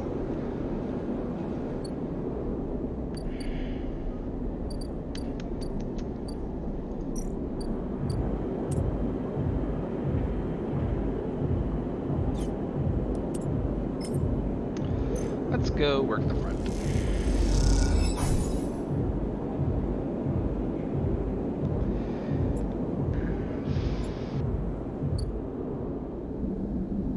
I've heard it was good. I might check it out. I love Brennan. Yeah, Brennan is really cool, man. I've loved every Dimension 20 series that I've watched. I did say the Creator Roundtable though. Yeah, the Creator Town Roundtable is a cool thing to watch. I did tune in for that one, and just hearing all of them talking about like how they get into the headspace for making D&D stuff, and also all of them. Oh my god, the stuff they mentioned of like practicing voices in the bathroom. I'm so guilty of that, man. But I felt so included when they mentioned that. It's I don't know why. Something about being in the bathroom where it's like, you know, nobody's around, so I just look at myself in the mirror and I start doing voice, and like I'm moving my arms and trying to shift my face the way I picture the character doing it in their head. in my head. What was it? There's this one boss I was practicing for, who part of their design is they have these like over the shoulder limbs they attack with. Ah, oh, damn it, Nightbot. Sorry, Jake. I haven't fixed Nightbot yet. Same, by the way. It's cool. I'm gonna have to try and, I think after stream I'm gonna try and fix up my bot a bit so it stops doing that, because I've lost a lot of conversations to Nightbot being a dick. There's this, but yeah, like I was saying, I was practicing this for this one boss with these like over-the-shoulder tentacles it fights with, and I was like shifting my arms as I could like, imagine these things moving behind its back, and I was in my room at the time. I was just on my computer making the boss statistics, and I left my door open. So my mom, who comes down to the basement, is just like doing her laundry. He's just like, Keep, what are you doing? It's like, I'd never been like called out on it before. That was a bit embarrassing. Having to like look at her, was like, oh, I'm practicing for a fantasy boss I'm making to potentially kill my friends. Love you, Mom. That was a fun little thing. You struggle with dried vines and creepers, entwined around the structure of the dome, threatening to vent the garden into space.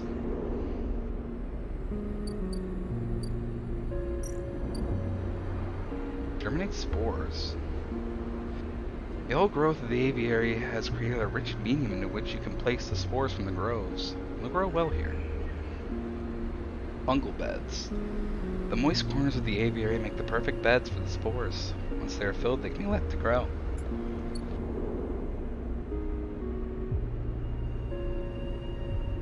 I actually cannot wait until I can get my model rig, because I'm a physical actor in general. Yeah, I was talking to Arsenal about that too during the talk show. While he was getting the Providence art, he was like, "Oh yeah, what was we were talking about?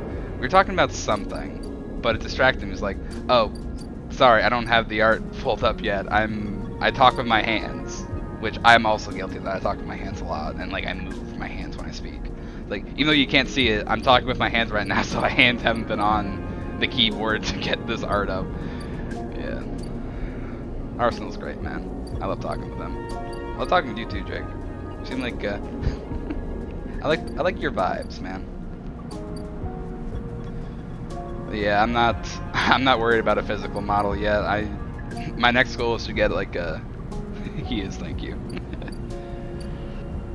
my next VTuber goal is to just get like a proper PNG tuber, because I think I mentioned this. At the moment, I made my model in Vroid, and then I just took screenshots of my model in different poses, which in all fairness, I think it makes for a cool effect when I do it. But this is just a screenshot of my Vroid, so.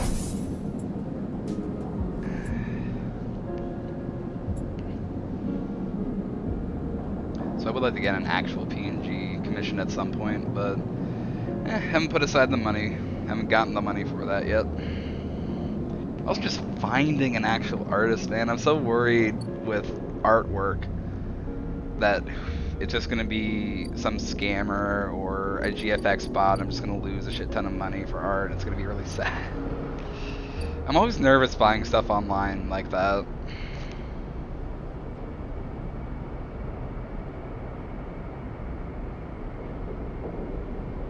Oh, so your model is riggable.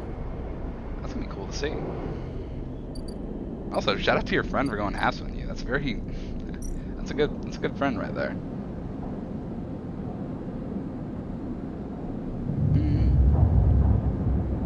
I don't really know what goes into rigging models. I haven't looked into it too much.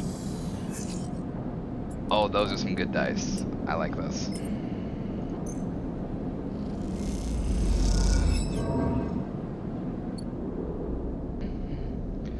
Legend is actually part of my campaign, Pack the Goblin. Oh, okay. I'll have to check him out at some point then, if he's had such stellar reviews. Buy a ship mine fragment.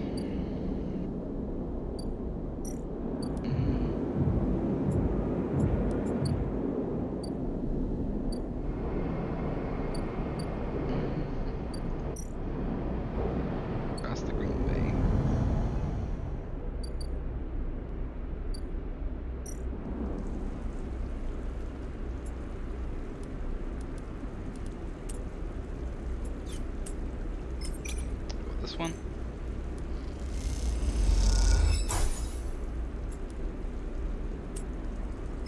Yeah, we'll go with this one.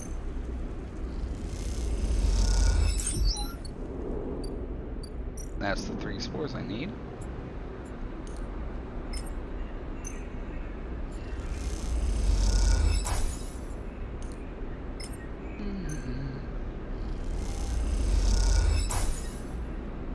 He's working. Oh, he has an overnight job, working 50 hours a week in the middle of the night. Oh my god. I mean, props to the grind, man. You gotta respect it at that point, but that feels like a lot. I would not be able to handle that.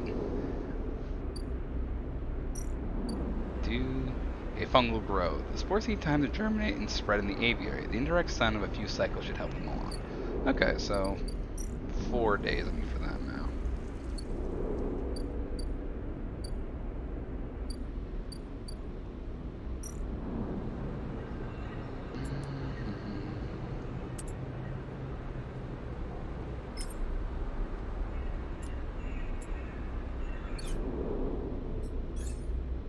Don't have any more points.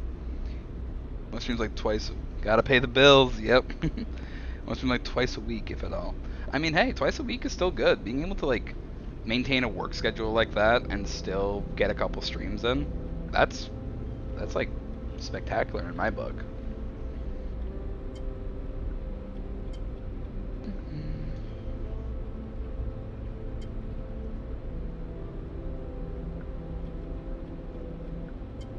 Don't really need anything else upgraded at the moment.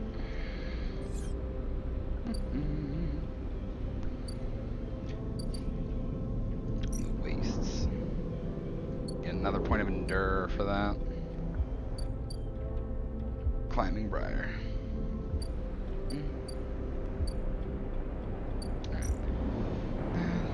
Across to rim.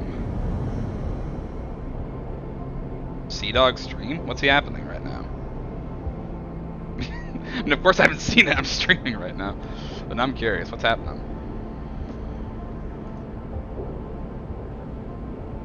A cyclothon for charity. Wait, he's streaming that? I knew he was cycling. I thought he was like on a vacation or something. He's streaming a cyclothon. Holy fuck.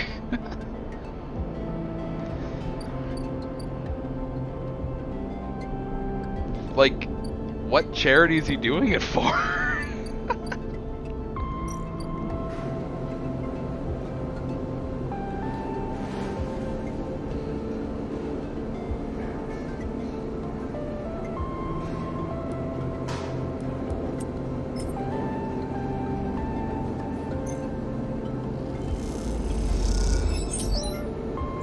Plus 13 cryo. Pretty good, isn't it? A GoPro on his helmet. I mean, hey, respect the grind. Oh, 1 second. Something might have happened.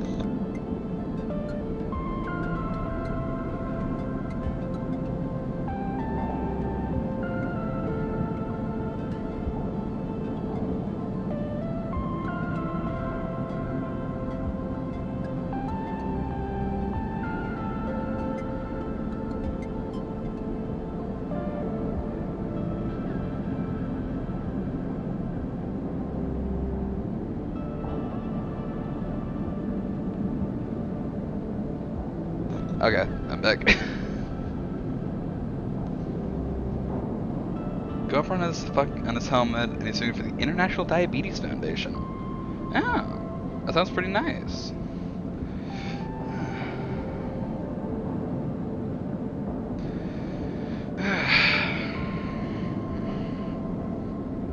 Hey, anything for charity is always good.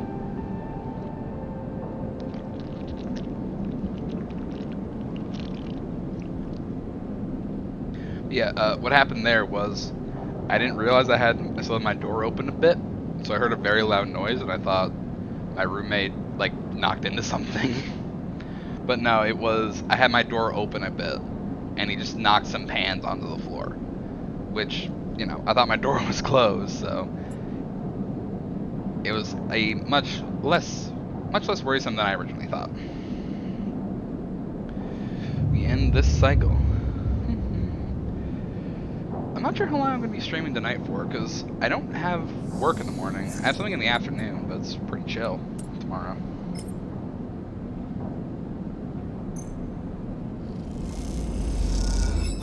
Hey. Good stuff there.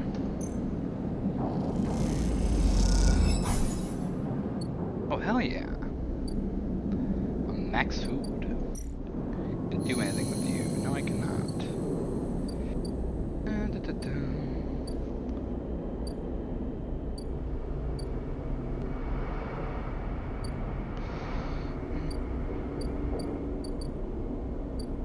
welcome aboard Tea House. Nope, that's not the right one. You need to go to Minji. Minji.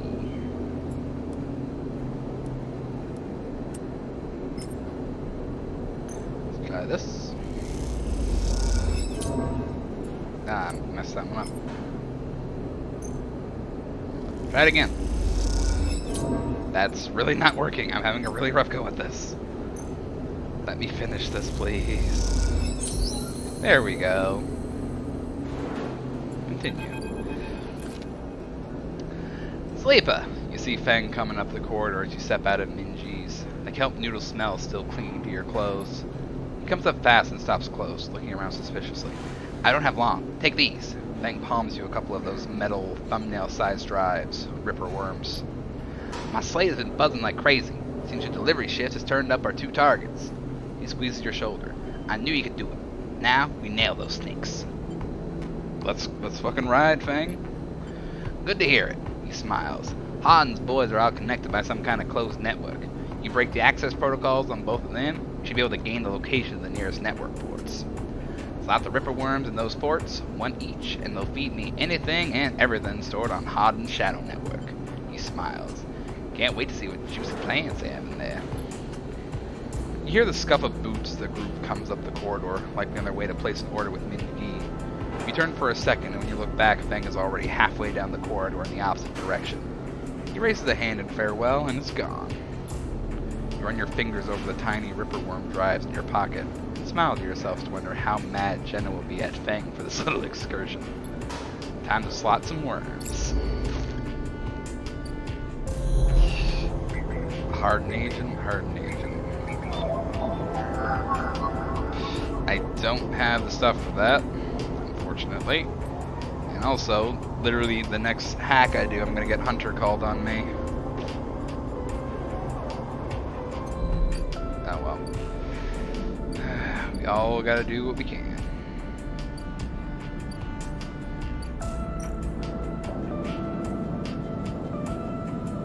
Gonna end this cycle.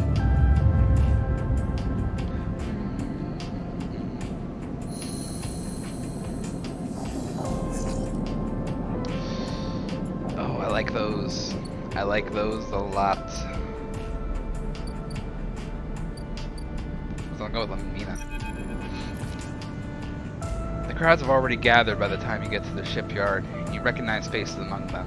People you have worked alongside on the Sideral. Intervening cycles have turned their excitement to anxiety, and few of them smile at you. Instead, the nervous energy of the crowd fills the space, creating a feedback loop of growing tension. Pick out Lem and Mina and work your way over to them, pushing through the crowd. He silently raises his eyebrows at you, his anxiety obvious. But Mina flashes you a huge smile, unaware of the tension. Robot! She shouts, reaching out to you. Let's give her a hug. She gratefully accepts your hug, leaning against your chest, and Lem smiles, seemingly glad to share the weight of Mina for a moment. Quite the turnout, huh? Lem glances around, pulling Mina close. I don't think patience is one of this crowd's strengths. The sound of an argument towards the back catches your and Lem's attention. He's putting it lightly. This place seems set to explode. This isn't good. Lem doesn't dare answer. The look in his eyes suggests he agrees. This is Aster Enghart, the Celis Foundation. The announcement echoes from the speakers at the shipyard entrance, and shouts of quiet rapidly follow. I'm sorry I can't be there to meet you all, and thank you, on behalf of Sender Celis, for the work you have done on the Sideral Horizon. Most of the crowd strains to see Aster's face, but the small display shows only a ghostly white figure, smudged and unclear. Sender wanted me to pass on her personal thanks for your commitment to and belief in the Celis Foundation's mission. We chose the Eye for this project because we knew that we would find like-minded individuals here, especially among the ranks of the venerable Havenage Association. Unlike most of the Corps, we neither believe Erland's Eye to be a threat or a rogue state, but instead an embryo for the formation of a new, decentralized social structure, one where each citizen might be the master of their own destiny. A ripple of impatience runs through the crowds. They didn't come here for a sermon. You are all pioneers, just like those core citizens who the Sideral Horizon will carry, in cryosleep, to the planet that will become the Foundation's first frontier world, Celis 1. The mention of the destination world excited conversations break out among the workers. There, our citizens will be able to create their own innovative, bottom-up economic order, aligned with the principles set down by Senator Celis herself. Freedom, resilience, and self-sustenance. This is all thanks to your tireless efforts in the Havenage yards. This is starting to sound more and more like they're pulling the contract and none of us are getting on that ship. Oh, okay, never mind. As a reward for those efforts, you may know that we are offering a select group the opportunity to join the caretakers of this vision, the staff of the Sidereal Horizon, who will maintain the vessel during its multi-decade transit through interstellar space. Lem turns to you, his eyes bright. This is it. This draw has been performed at random by the central AIs of the Foundation, and is final and binding. Please note, only licensed contractors of the Foundation are eligible for this draw. I know you have all been eagerly awaiting this day, and without further delay, I will now read the Celis identification numbers of those chosen for this great honor. A murmur runs through the crowd. Celis identification numbers? Licensed contractors? Never even heard the term mentioned. This something you were supposed to be assigned? You glance at Lem, but his eyes are fixed forward, wide and shimmering. All around you, people are speaking in hushed tones like a rising wave. Asher starts reading out sequences of numbers and letters, and panic begins to set in. No one seems to know what is happening. Somewhere near the front of the crowd, someone shouts in celebration, and everyone pushes forward. Lem? You turn to see Lem still staring forward. Mina is scared now as she shouts, as the shout starts. Daddy? Someone throws something at the entrance, and it rattles against the shipyard doors. You see for the first time Havenage security stood on either side, scared, arguing between themselves. You feel the anger rising in the crowd. Fucking hell. I don't think we're getting out of this. I think we gotta push. I'm back, had to get the potatoes boiling. It's all good, Jake. I think we're in the middle of a workers' riot. Lem, let's go. He doesn't move. They might call out names. I can't. Mina tugs at his dog tags. It's not happening. Lem blinks rapidly and then turns to you. He opens and closes his mouth and looks down at Mina. He sees the fear in her eyes and understands. It's time to go. You lead Lem and Mina out, shoving people aside. As you do, you hear the sound of scuffles emerging at the front of the crowd, of metal canisters bouncing off the shipyard walls. Keep your head down and walk away, the sound of Aster reading off the ciphers echoing above the chaos like some strange mantra. When you turn to Lem, there are tear tracks running down his cheeks, and Mina is sniffling into his jacket. You feel the sadness rising in you too. They screwed you. Screwed all of you. You were never even on the list. The feeling is as unpleasant as it is familiar. Viva la Revolution, down with the bourgeois. Oh, we're getting back at them. You stare ahead into the tunnel as the security sirens sound out, a signal for the coming violence. Try failed. Ah, man.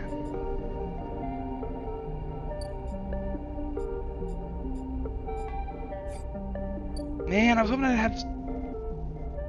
I'd have some option to get them on the ship later. It's still there. It's here for 3 more cycles. There's literally nothing I can do.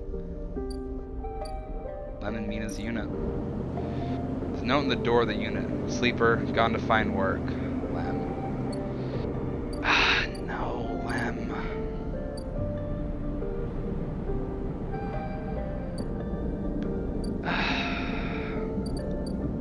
I will get those 2 off station. I will get those 2 off station.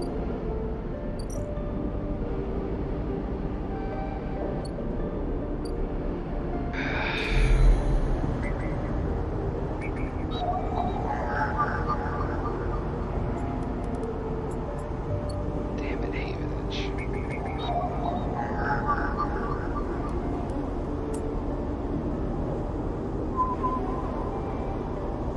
Let's bypass this one, I suppose.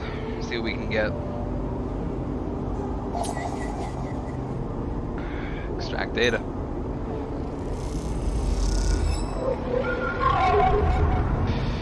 And here comes Hunter.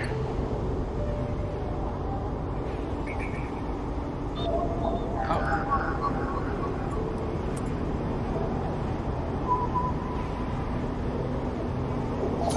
this. Extract the data.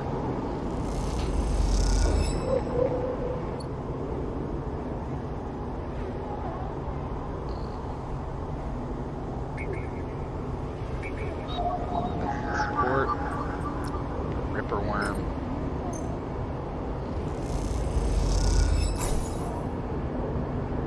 The worm begins tearing through the data cache, spinning out a thread to Fang's terminal.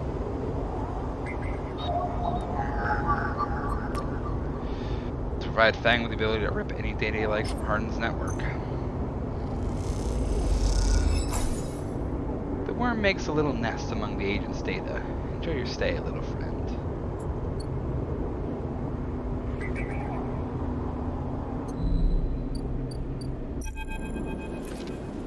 As you walk into the tambour, you quickly spot Fang arguing with Jenna. Give her distance for now. Doesn't look good. Fang seems to be explaining something, but Jenna is having none of it. She points to the door and Fang walks away, catching her eye as he turns.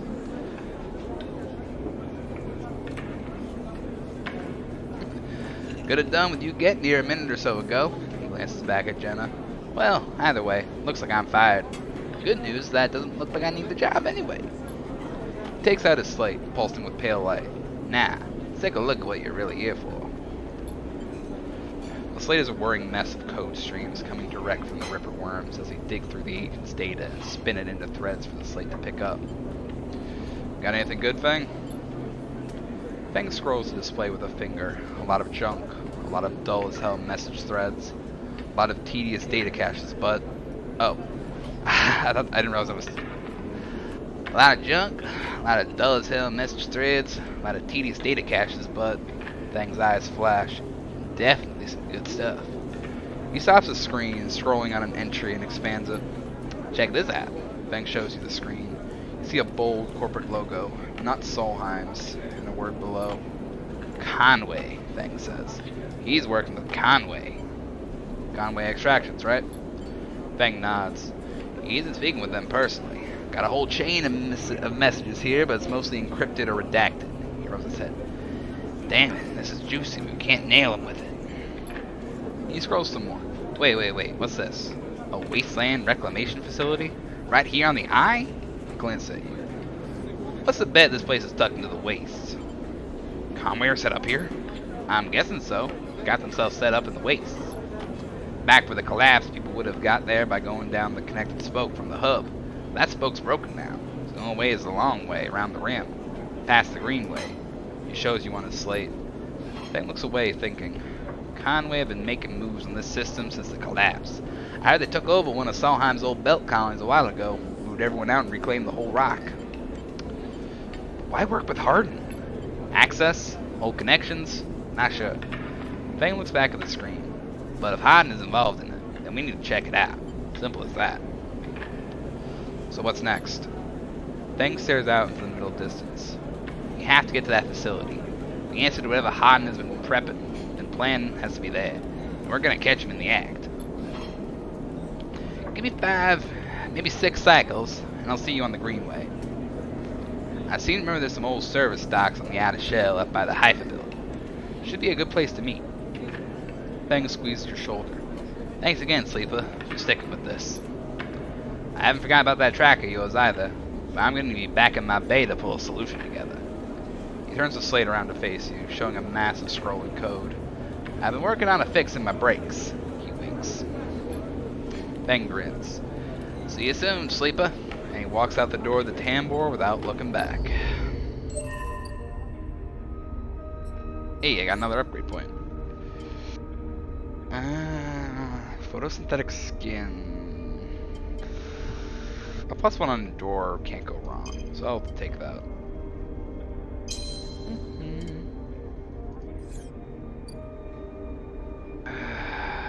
Things aren't gonna go good for Lemon Mina, I guess.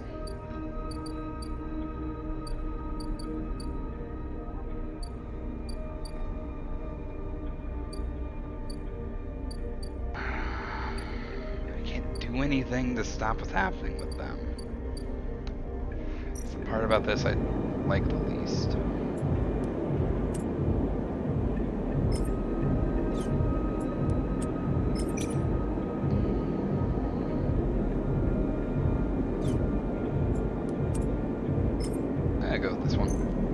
Make it a +2. And we got the 1. And I'm out of energy, but I have 2 1s, so I guess I can just let's do some sunbathing. It's good for the skin.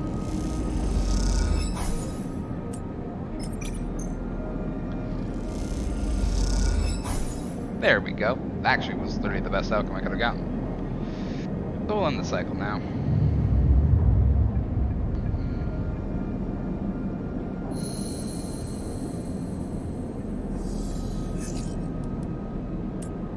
Again, don't need a 1. So let's see what we get out of it. +2 energy. Now we have 2 6s and a 5.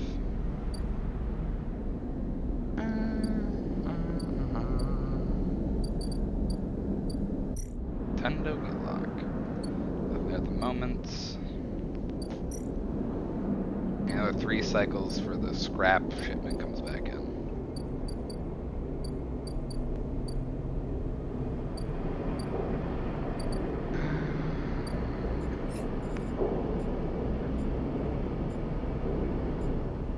Grow mushrooms. Germany supports let them grow. I'm working on that one. That one's kind of like a passive.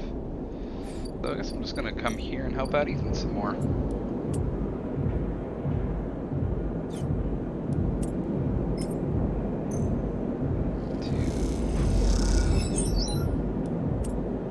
I just finished this today, actually. You need to get put on a bar in a quiet shift and have a pleasant conversation with a customer. Turns out they're a friend of the owner. This could finish it right here. The drink order comes in minutes after you do, and you spend the time lifting huge boxes into the back. Exhausting.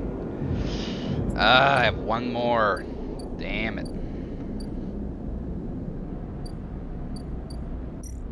Alright.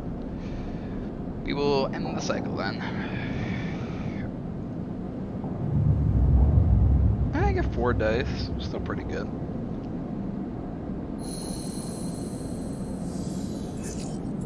Ah, those are bad dice.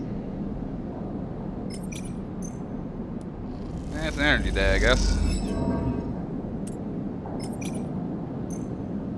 Come on, give me some good stuff. Pretty good. I'll spend 1 more just to get my full energy.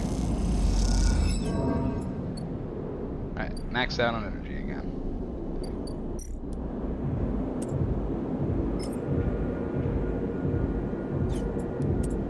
Work back and see what happens.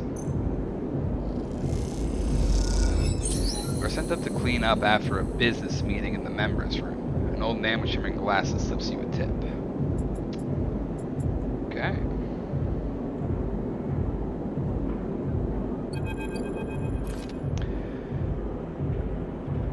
They're never gonna release my debts, the shits. Ethan kicks out a locker and the sound rattles loudly around the room. Ethan paces around the small room, swearing to himself. You watch him from the locker room bench. Why not? Why not? He spits on the floor, an old habit. They like having sniveling little shits like us to work their club. Saves on the overhead and they get bossed around. Kicks the locker again and swears. What did they say? Some shit about getting back to me. I swear to God, these are the most straight-edge gangsters I've ever seen. He laughs at his own jokes. I can't do it. I can't spend another shift stopping spacers bringing nail guns into the club or pouring endless shots of gyro for ignorant Havage work crews. He looks at the locker again, threatening with a final kick. I mean it. I'm going to go up there and shoot every single one of those shits. It's a finger gun. Hold on. Don't get all excited. Haven't got my gun, remember? He stops pacing. But you know, Sleeper, it's not a bad idea you have there. I didn't have an idea, Ethan. He ignores you. I don't mean shooting up the place. I mean getting the gun. He sits beside you on the bench. Think about it. What am I supposed to do when Maywick gets here? Shout him down? I need that gun if you want me to keep up my end of the deal. It's simple. An explosive personality for a distraction at the front. He places a hand on his own chest. A sneaky sleeper to go in the back. He pats your chest. What about the debt? We've done our time, and the wounds, they faded. If they don't notice us take the gun, they'll never know it's gone. Plus, he stands up, after my distraction, they'll be happy to see the back of me. Or they'll want you dead even more. Either works. At least I never have to see the inside of the shithole again. It gives the locker one last kick. For good luck. Let me know when you want to do this. Then we both move as one and meet up in the Bright Market after. But don't take too long, or I really will shoot this place up. He grins. You know I'll do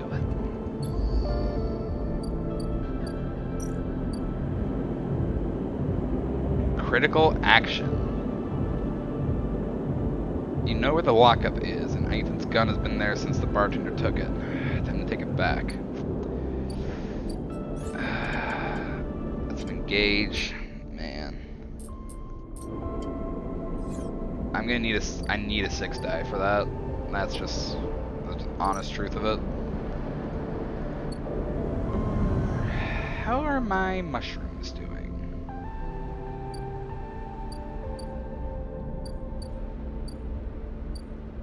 Avian.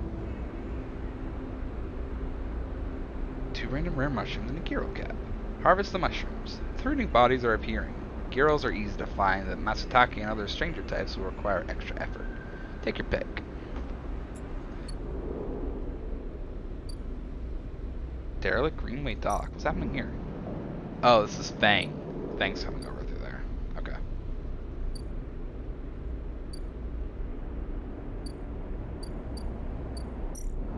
Okay.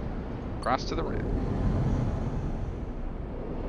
If I get some Matsutake caps, it'd be pretty good, because I can get another chat in with Emphis. I like chatting with Emphis.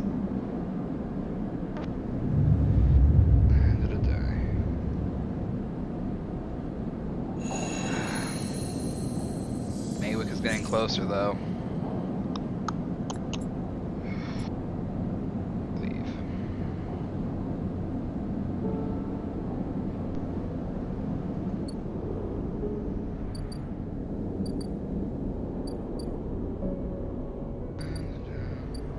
Lemon Mina.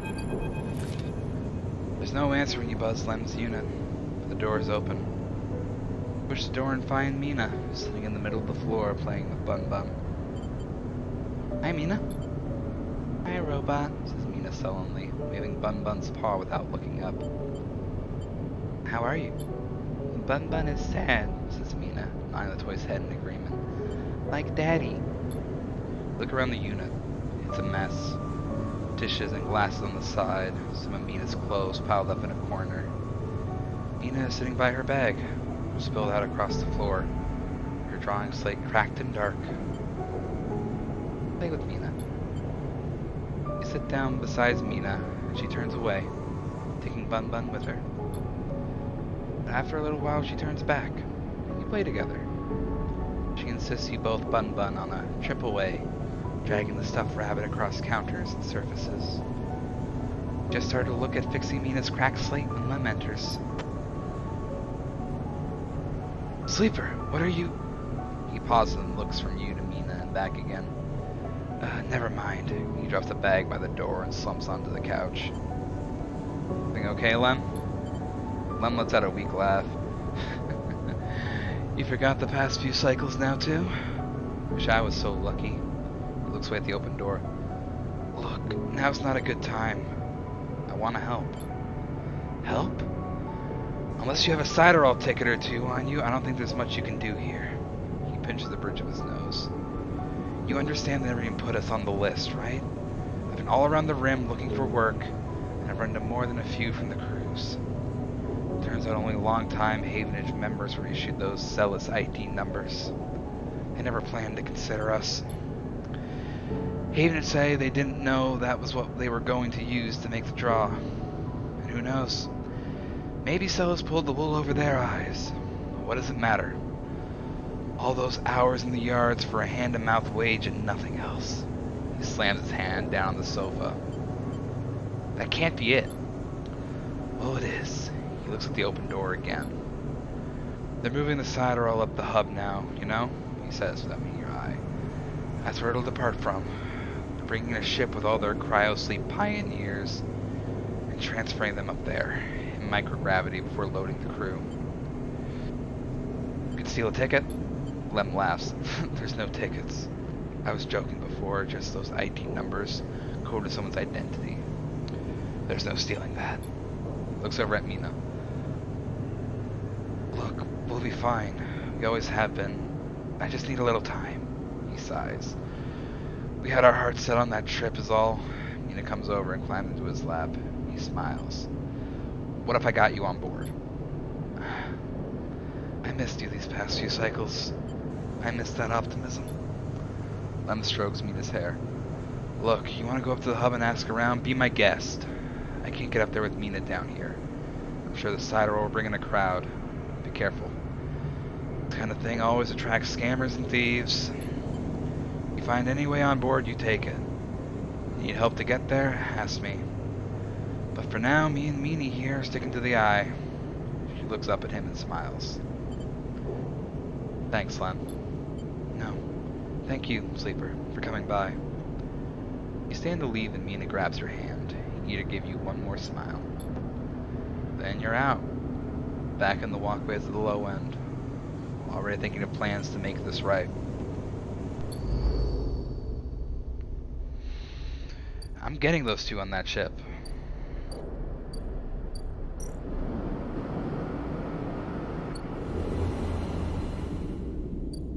Sidereal dock. Sidereal is being loaded and prepped. Among all the commotion is a possible way to find a way on board.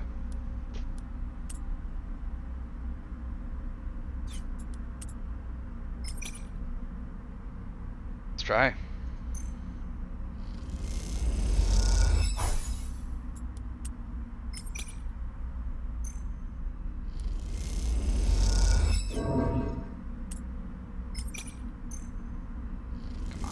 Something, give me something, give me something.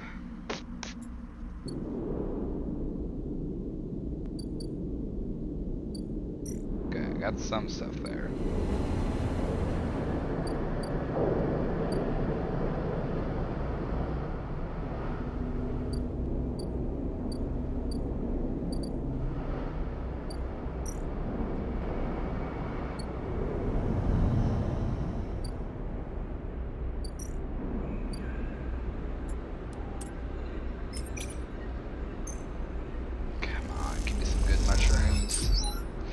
Matsutake! That's exactly what I needed.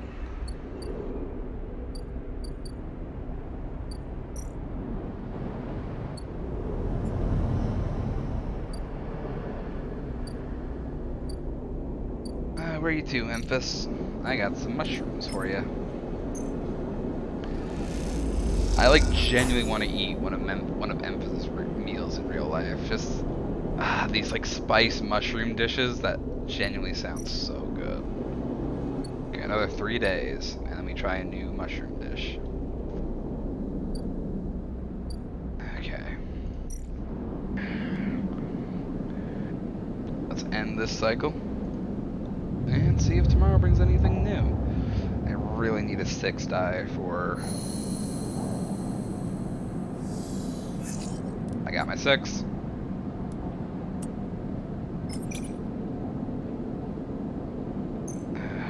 Let's get a little bit of energy back. Okay, that's enough energy for today.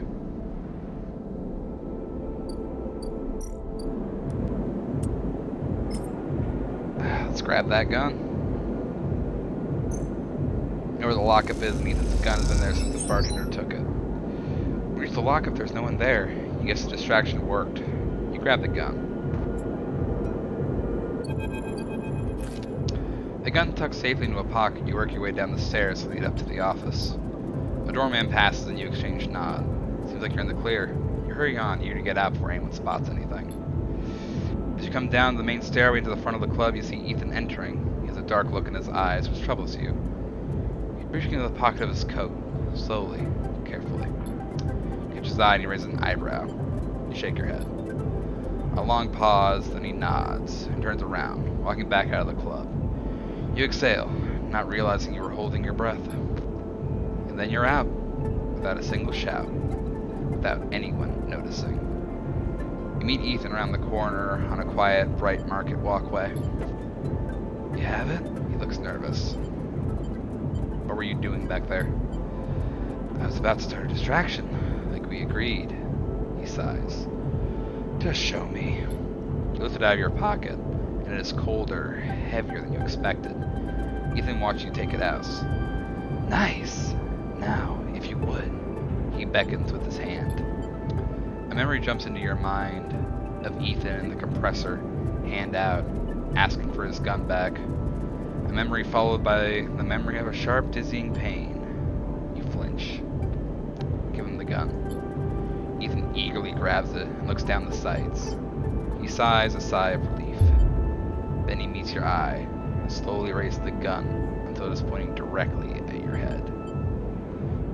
Not funny. You still don't get it, do you, Sleeper? Ethan spits. When they canceled that contract, I lost everything. My reputation, my payout, any way of getting off this shitty station. Everything. All I had left was you, he grins. A naive little sleeper with a heart of gold. I couldn't believe it worked, he laughs. And now we are done. But the contract is canceled. No shit! Ethan steps back a little, taking himself out of arm's reach. He slides his slate out of his jacket pocket with his other hand. Now to call Maywick. Are you crazy? You're crazy, Sleeper, thinking I'd kill one of my own for you. For what? Helping me wash dishes? He laughs long and loud. And you hate him for it. He prods the slate. Done. He puts it away. He's here, you know, on the station. I've been speaking with him. He tells me we can split the contract. Not 50-50, but enough of a finder's fee that I can get out of this shithole. He's lying. At this point, Sleeper, I'm not sure you're the one I trust to spot a lie. He winks. Ethan glances around. I've learned one thing from you, though, Sleeper. In all our cycles working in that shitty club, he smiles. People never know when to cut and run. It's like they freeze in the headlights when the future is bearing down on them. They watch it coming, watch their death flying in at fraction drive speed. You had every chance, and yet still you kept on going. Like some idiot robot. Going through the motions even when you knew you'd be crushed. He smirks. And let me tell you something else. The shot enters through his upper back, and he crumbles immediately to the ground. You drop to without thinking, pressing yourself to the walkway floor like it might save you. Silence. You look up and see him coming down the walkway, silent, eyes alight. Maywick. You freeze in fear. Here it comes. You see it, just by Ethan's crumpled body, the gun. You can't. You inch forward. You go for it. You run forward and a shot sounds out. You feel it ripple over your back, and your hands are on the gun and you scramble to your knees behind Ethan's body and fire. You close your eyes. You fire again and again and again until the clip is empty, and all that are left are clicks. And then you drop the gun and stand up. You don't hear anyone running. You don't hear anything. You just hear the sound of your own breath. You start walking, stepping over Ethan's static body, walking along the walkway, and then past Maywick. His eyes now dark, some mechanical fluid leaking from his chest. Perhaps the same fluid that's inside you. You try not to think about it. You keep going and the sound comes back. The eye comes back. And as it does, you hear the sound of thousands of people getting on with their lives. Thousands of people who are just going to keep going until they can't anymore. You look up, and all you see are the wheeling stars. They're spinning, and you're suddenly dizzy. Though the eye has always fun like this, hasn't it? And you don't stop walking. You keep going. That's all there is now. The path forward. Ethan, S, and Arp have left you no history. No past to speak of. Just a void that threatens to swallow you if you slow down. You think of Ethan's smile, his voice, you feel sick. Is it over? You aren't sure it ever can be. You're still here. You can't stop now. There has to be a better end than this. For a few chits more. Achievement complete.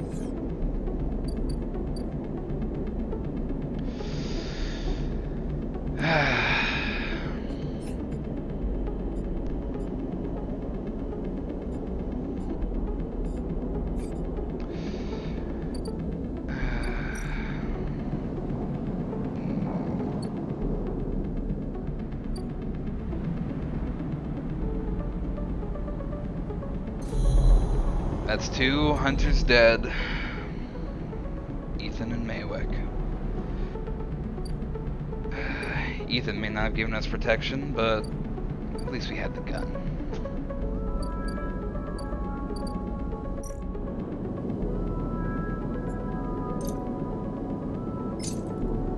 And hey, still got scrap to buy.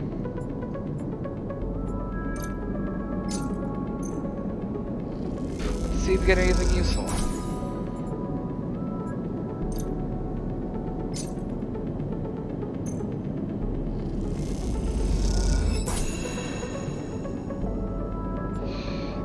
I got 2 hive minds.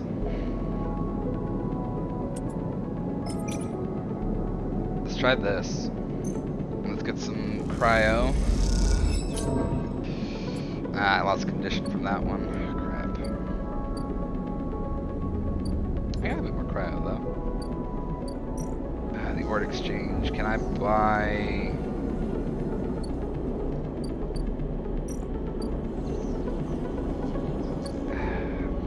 place I can go to buy a ship mine fragment. Right, that's the Rotunda wet dock. They're not here yet, so I have to wait.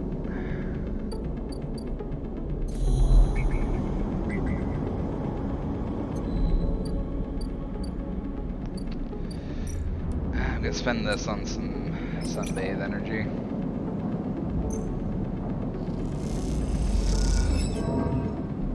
I got one. 3 dice again. End the cycle and see if we get some good rolls.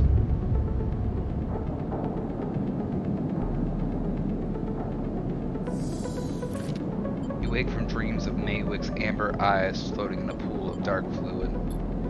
It was difficult to get to sleep. You expect that Isma to change anytime soon. Not after what happened. But you'll steal something else as you get up. Thumb the power stud of the stove and to boil the water, like every morning. You feel something has lifted. Something that has been hanging over you since you arrived on the station. You try not to think too hard about it, to question it. You just let that lightness stay. Let it settle as you go through your routines. Your hope is that if you don't focus on it, don't look at it directly, it won't get scared and leave you. That the lightness will stay for this cycle, and then another, and then another. Because after all that's happened, a little lightness would be nice. I got 2 6s. Can't go wrong with that. Enough energy for the day.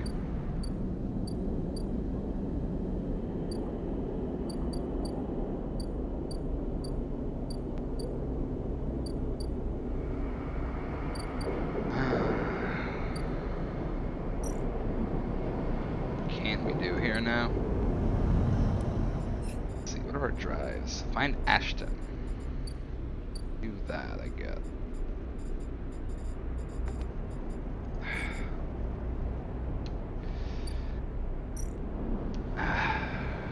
No, I'm gonna go up to the hub. I really want to see if there's still some way to get Mina and Lem out of here. I said in your car.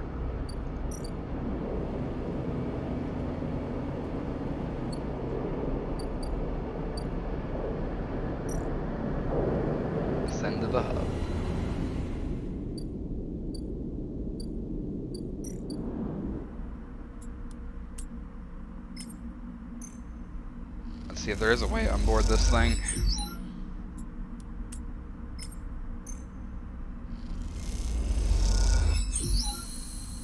You watch the loading crews going back and forth, noting their paths and entryways. Could this work? Castor.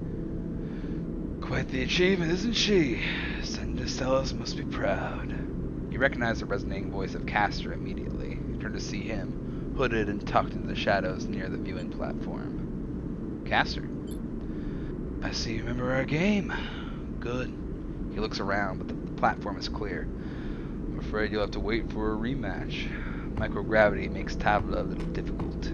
He smiles broadly. Castor walks out to stand beside you on the platform. The telltale clunk of magnetic boots accompanies his slow crossing. He notices you looking at them. I don't much like it up here, he explains. I hear there was some trouble at the Haven shipyard and they announced the results of the crew lottery. I'll give it to you straight, Castor. They screwed us. I know, he sighs, meaning your eye. An ugly business. Celes are too used to the way things work in the core. Exploitation is the only logic they know. Just at the Cyberall. You know why they built this monstrosity on the Eye? Control. Certainly. There's no corporate oversight out here. But that's not all. You stare at the pristine yellow hull. Celes built it here, says Castor gravely, because they didn't want anyone to know it exists. He rubs his forehead. Secrecy is something I cannot abide. He turns to face you. There are people being loaded onto that ship as we speak.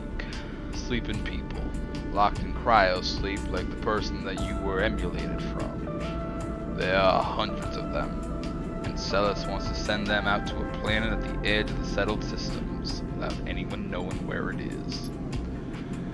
But you, Sleeper, can do something about that. You're like me. You deal with data. You can read it right out of the air. Someone like you on that ship, secrecy isn't a problem. You can ping back whatever I need whenever I need it, as long as you're on board. With you on the Cyberall and with some minor modifications, he pauses, you can be my eyes and ears. I'll keep track of Celes' grand project through you. In short, says Castor, stretching, I can get you aboard, Sleeper, but I'm gonna need you to help me. Who are you? I am a concerned party. Someone who likes to know what is happening when it is happening, not afterwards. I'm not going. And no one is going. If you help us, we can make allowances for your friend, Lem, too. Make sure they are assigned a winning ID. But if you don't go, then the deal is off. Castor clunks closer to the window, watching the tugs wheeling around the Cyberall. It's a simple offer. The only one that will get you on that ship. Please consider it. He turns back, silhouetted against the ship. But to make it happen, I need your assistance. As I said, there is a Celes Foundation ship docked in the now empty shipyard. I need the data from its servers. This will allow me to produce the IDs necessary for your transit. Castor looks over his glasses at you. Celes aren't stupid, though. Their ship is totally isolated from the station. You'll need to get on board if you want access to their air-walled servers. He's back with chicken! Welcome back, Jake! Once you have the data, meet me at your friend's unit so we can give him the good news. He smiles. I notice his importance to you. And the little one. So cute. If you don't extract the data before the Cyberall Horizon leaves the hub, then I will get the message. We have other options, but you are certainly my preferred one. But be sure when you act, Sleeper. Once you take the data from Celes, you'll set off a series of events that will likely be hard for you to untangle yourself from. Either way, I recommend you stop asking around up here. You're bringing a lot of attention to yourself. Castor glances around as if to emphasize the point. There are only a handful of cycles until departure, Sleeper. Make your decision. With that, Castor marches back off the platform, the sound of his mag boots fading away, leaving you to contemplate the Sideral horizon and the part it may play in your future. How many cycles we got here? 3, 4, 5, 6, 7, 8. We have 8 cycles.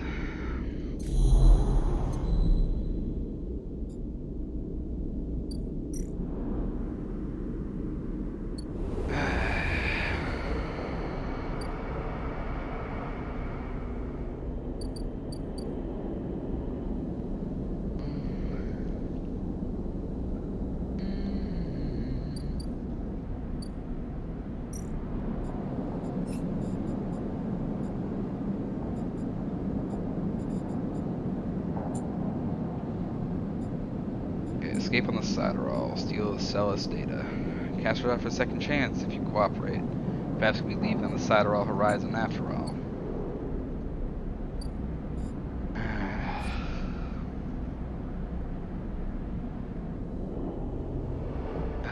I would like to get my tracker disconnected before I go anywhere.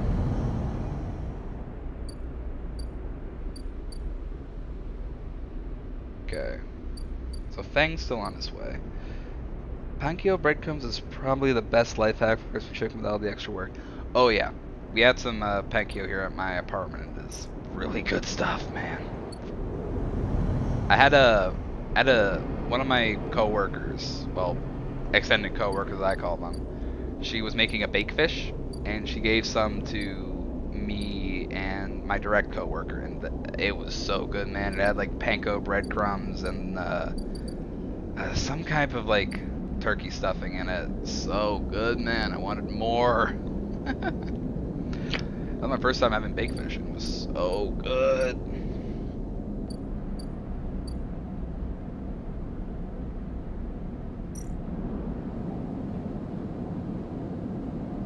Another cycle to end.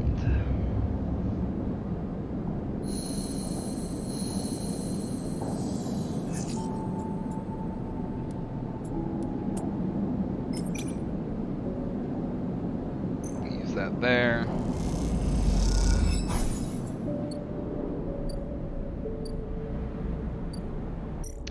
Sell the ship. If security gets wise to potential breach, the Celis ship will go into lockdown for several cycles.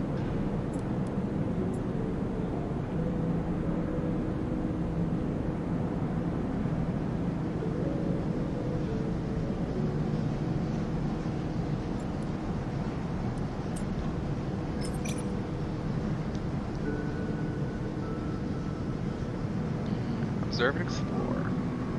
Careful observation and instinct for security procedure will help you understand how to sneak on board. I love fish. My family hates it, so I only ever have fish when I'm alone. Fair enough. I'm not the biggest fish fan, which is why I was really surprised when I liked the bake fish so much.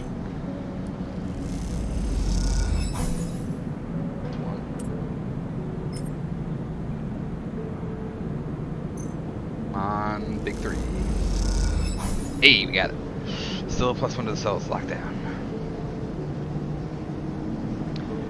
The guards escort you to your office. Someone's already inside. Sprint out before anyone asks questions. Okay, put in the groundwork for that. I want to get those two off the station so bad. Hey, Emphas, how we doing, boy?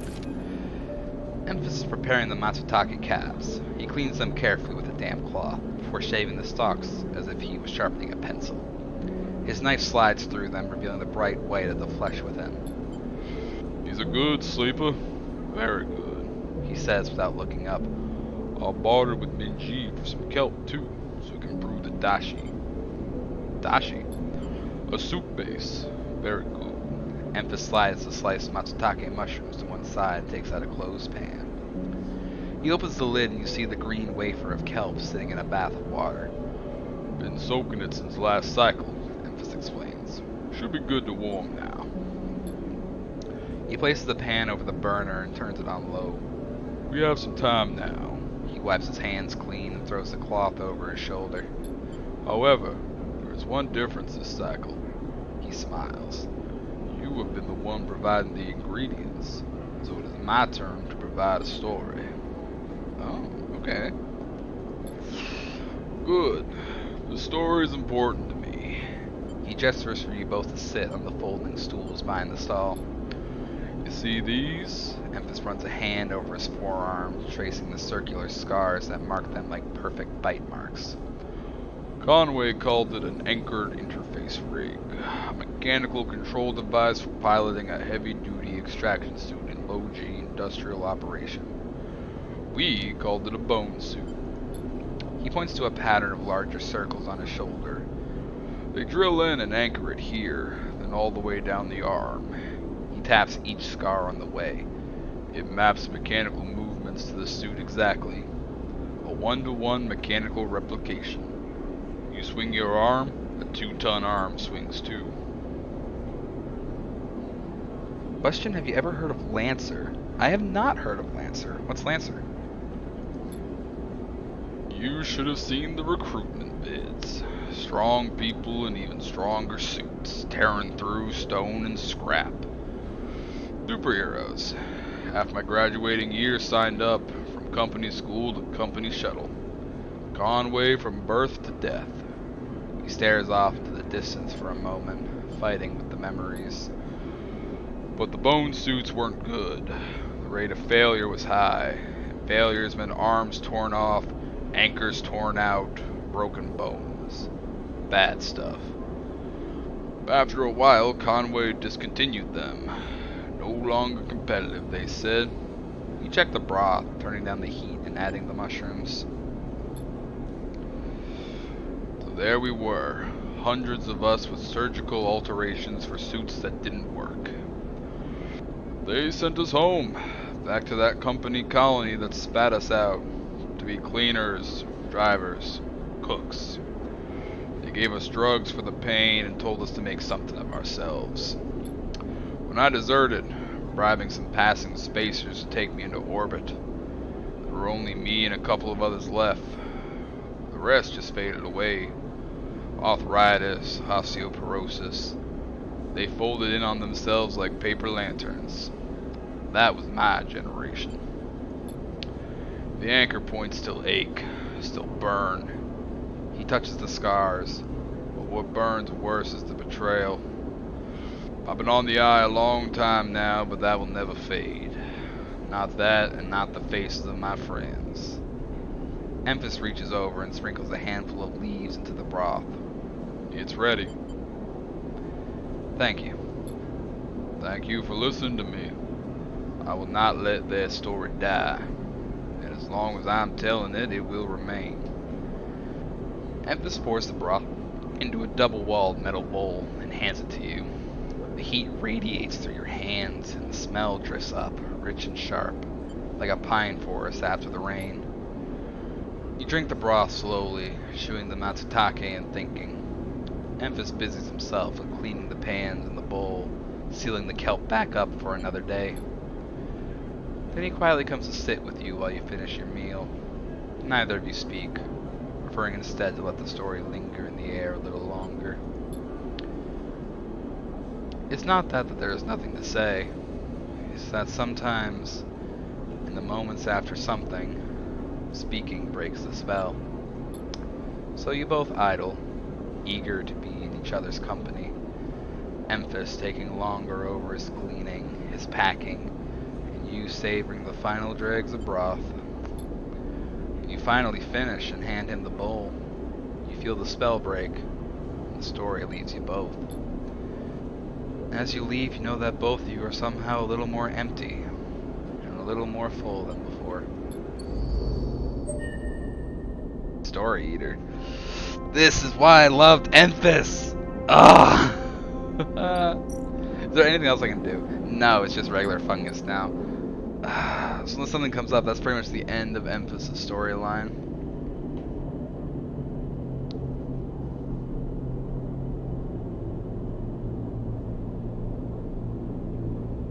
So Lancer, it's a TTRPG where you pilot mechs. The art style is super similar to this game. Actually, it's part of a Lancer game that this game is reminding me of. It's funny, I made up a backstory of an alternate universe where the USSR won the Cold War and went on to lead the world into the space age. Ah. Yeah, that sounds pretty cool. Lancer. I know a friend of mine was looking into getting a kind of a Gundam style game set up. And he wanted to do it in 5e though. Union of Space Soviet Socialist Republics USSR. Oh my god. So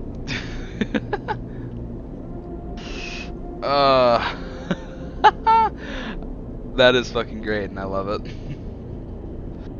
There was fuck, what was it? Another friend of mine wanted to get a kind of a space survival game on the go on a desolate space station. It was in the Stars Without Numbers TTRPG. That had a pretty cool system to it. That game didn't end up happening though, which is a shame. But yeah, that system was also pretty cool. It had this whole thing of being like, you could be a psychic with powers, or like a scrapper, or any sort of like, just anything in that alley, from the classic kind of space pirate adventurer to this kind of like low fantasy type of psychic stuff, because it was kind of, for Gundam, check out Lancer, it's great. Yeah, if I don't think that friend is still doing a Gundam type thing, but if he ever brings it up, I'll bring up Lancer to him. I'm not a particularly big Gundam fan. Never really got into like the big mech stuff, but stuff like this, where it's kind of like boots on the ground dystopia stuff. I'm a bit more of a fan of that. What's it called? The Shadowrun series. I played a bunch of those on Steam, and I really wanted to play a Shadowrun tabletop game, but that's just never happened so far. That's one of the ones on my bucket list of I want to play a game in one of the Shadowrun systems at some point.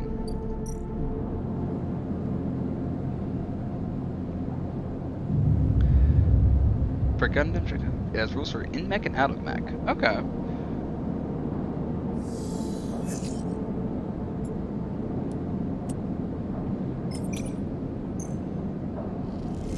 So I'm guessing it's one of those games where it's kind of like,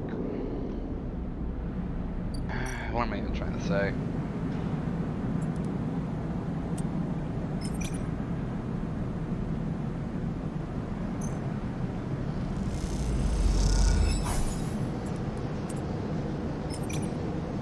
I just need one more success on that one. Then we need to sell some data though, because I'm running low on cryo and I need to buy stabilizer soon. Oh, you're making a TTRPG called Fathomless. I'm assuming that's some kind of like deep underwater exploration type game.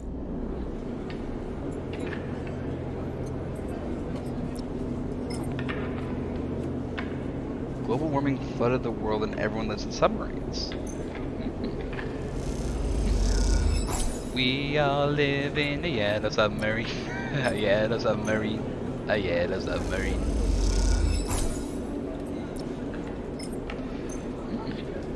Yeah, that sounds like a really cool setting. I imagine it's still like, submarine biodomes, submarine/biodomes for normal people. Oh, okay, so it's like underwater biodomes, but people use the submarines for like moving around and stuff. And I guess also from a tabletop perspective, the adventuring party is probably in a submarine of their own. I like that.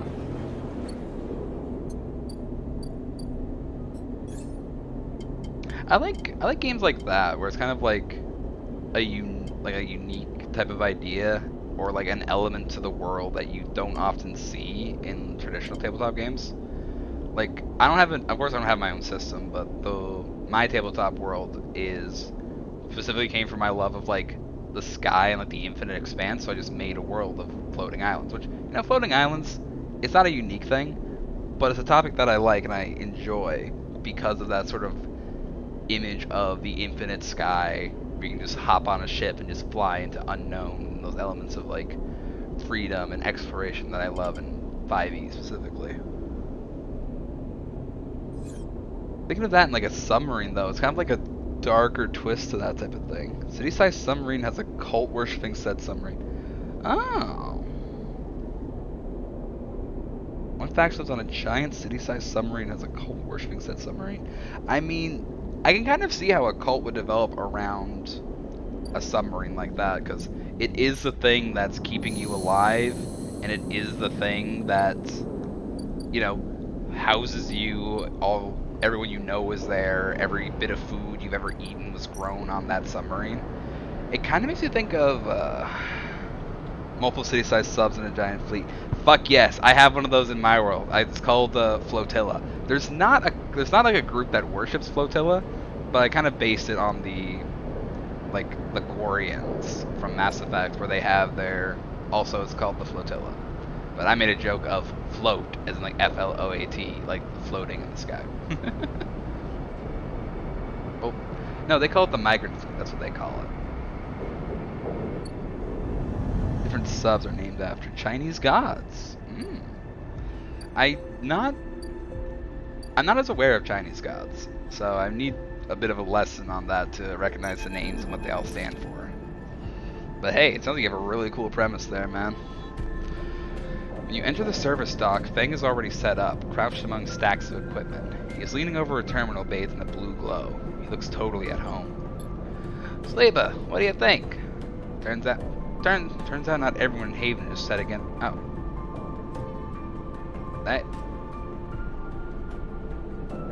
That they messed up there.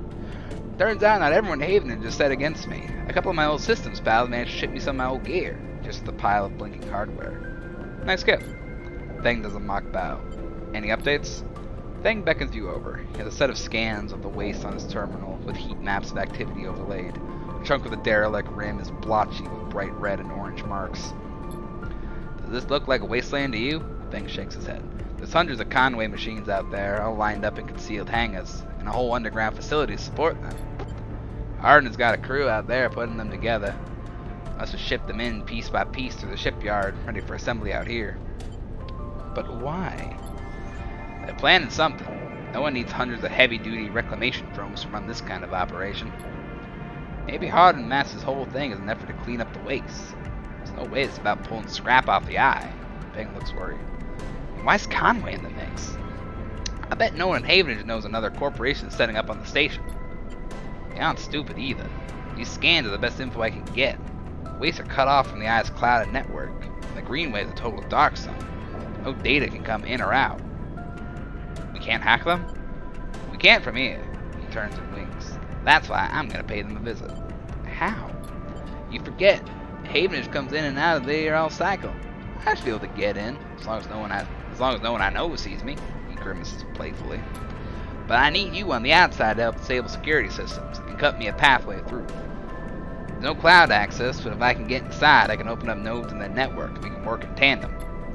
It's a massive facility buried deep down there. Miles of corridors and ventways wrapped around cargo bays and hangars. So it'll take more than a few cycles to work through it. But as long as you keep them off my back, I know I can rip what we need out of there.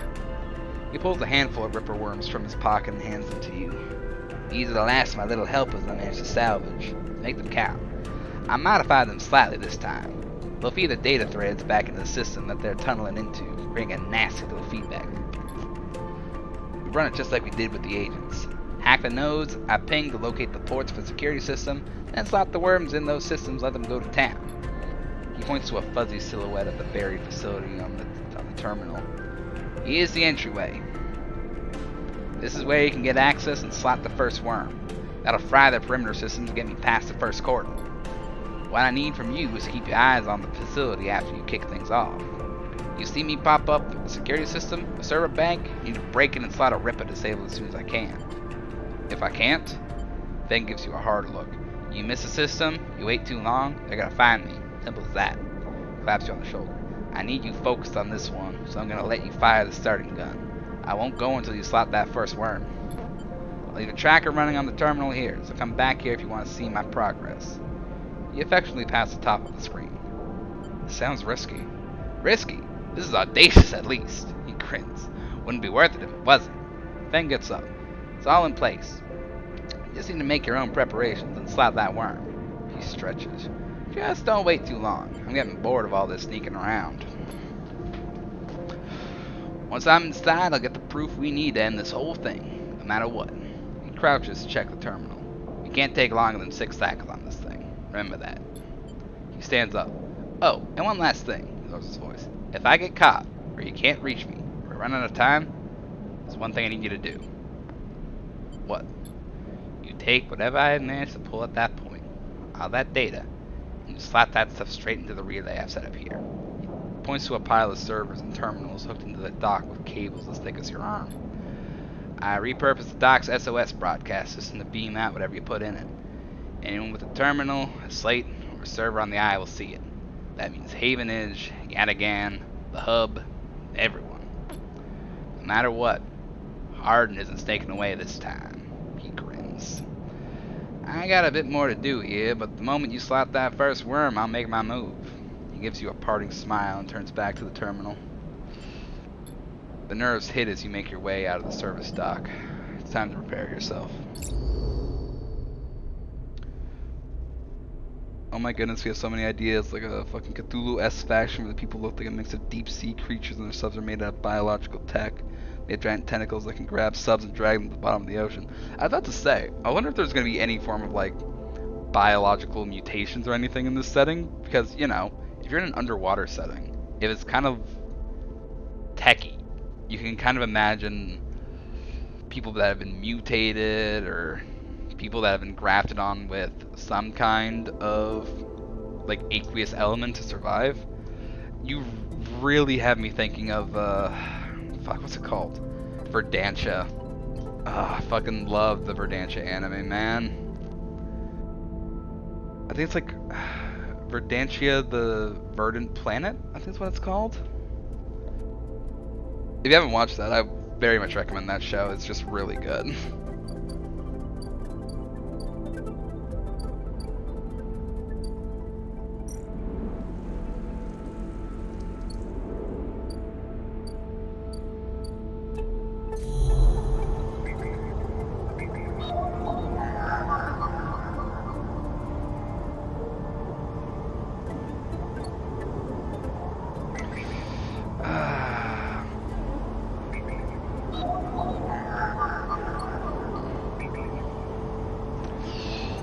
I feel like I should help Fang here, but also, how much time do I even have?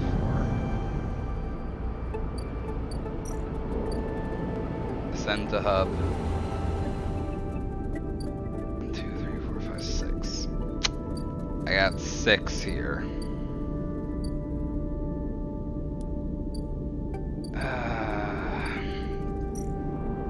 I'll help send to the rim.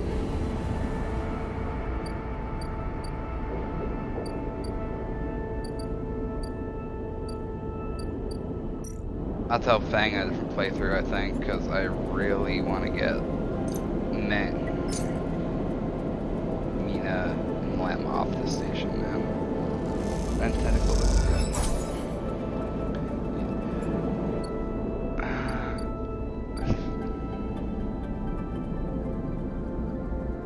I just got Verdantia on the brain now.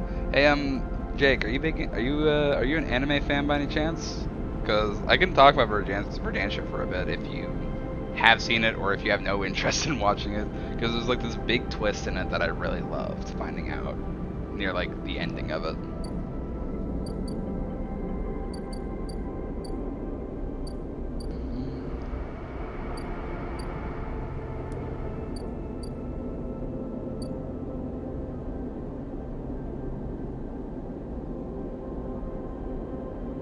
Okay.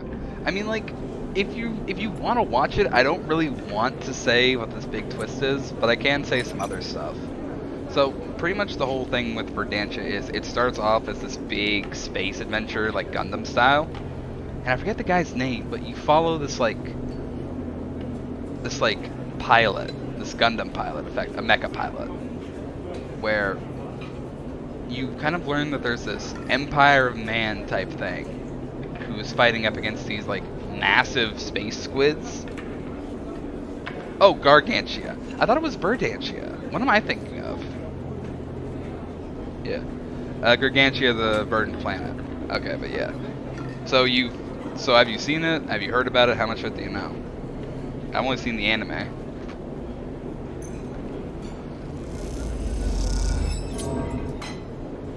Why did I do that?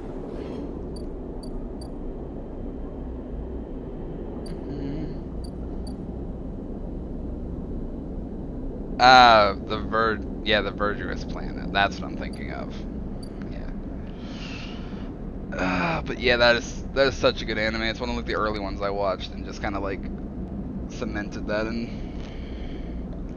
That twist at the end where it's just like fucking humanity's struggles never ended. The same thing happened and they just moved into space. It actually started tonight. But there's kind of like stuff that kind of like comes up throughout it of these strange similarities. Amount of things to watch tonight. Yeah, I'd definitely say give Gargantua a watch. Like it starts off with again this like hyper futuristic mech pilot where it's like pilots versus these massive space squids. But what happens is this pilot guy gets blown off course and sent into like I think it's like unknown space. So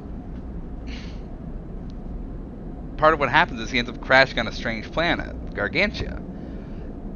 And what he didn't expect is he finds other humans living on this planet, and they're all going around in these like massive city fleets of ships that are like connected together with like rope and planks and stairs, and it's all really, really cool.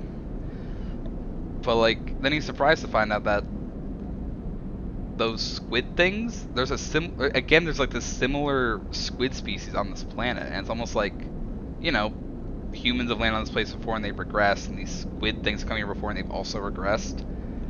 So he's now just in this place with this insane like future mech, and it's kind of like learning how to live, and I love it so much, man.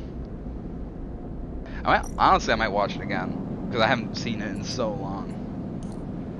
I don't know if like the anime cut things from the manga, or if there's more to the story that I didn't see. So I might look into that and just see what I can find.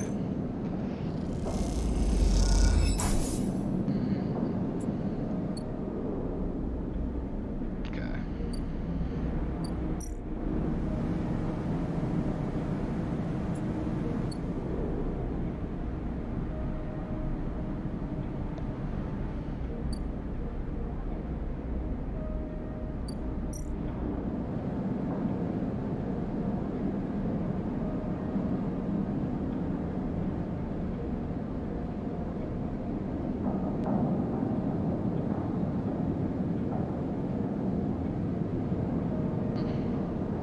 Yeah, like humanity has.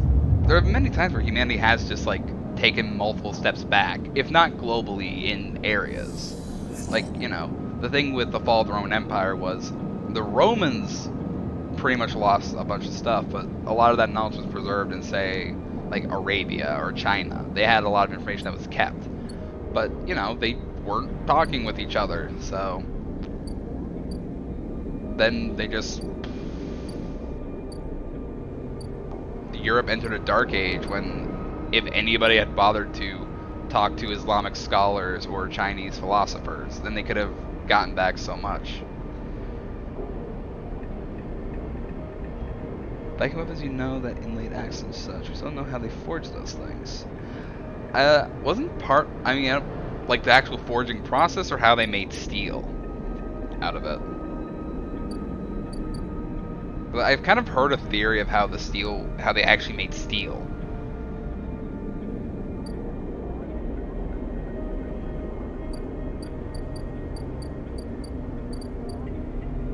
Like what I know about Viking and like general Nordic craftsmanship was they had access to iron, but what they did was they took animal bones and kind of like grinded them down and put the powder into their forging, which to their thought was, if we do this, we will have the strength of these beasts in our weapons. Oh, the inlays in the metal. Oh, they're talking about the forging process itself. Yeah, I don't know about the inlays actually.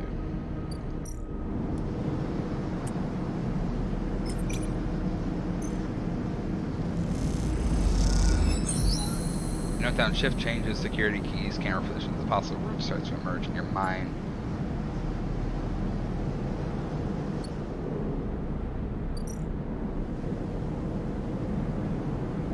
Tell us data.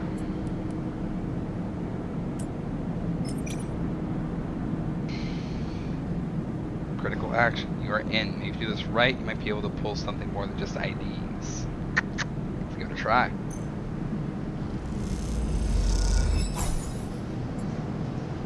I got the data.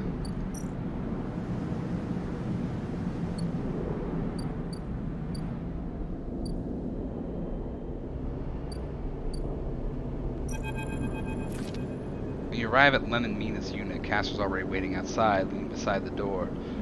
Forgive me, Sleeper, but Celis is already buzzing with news of the breach. I was expecting you. Will this work?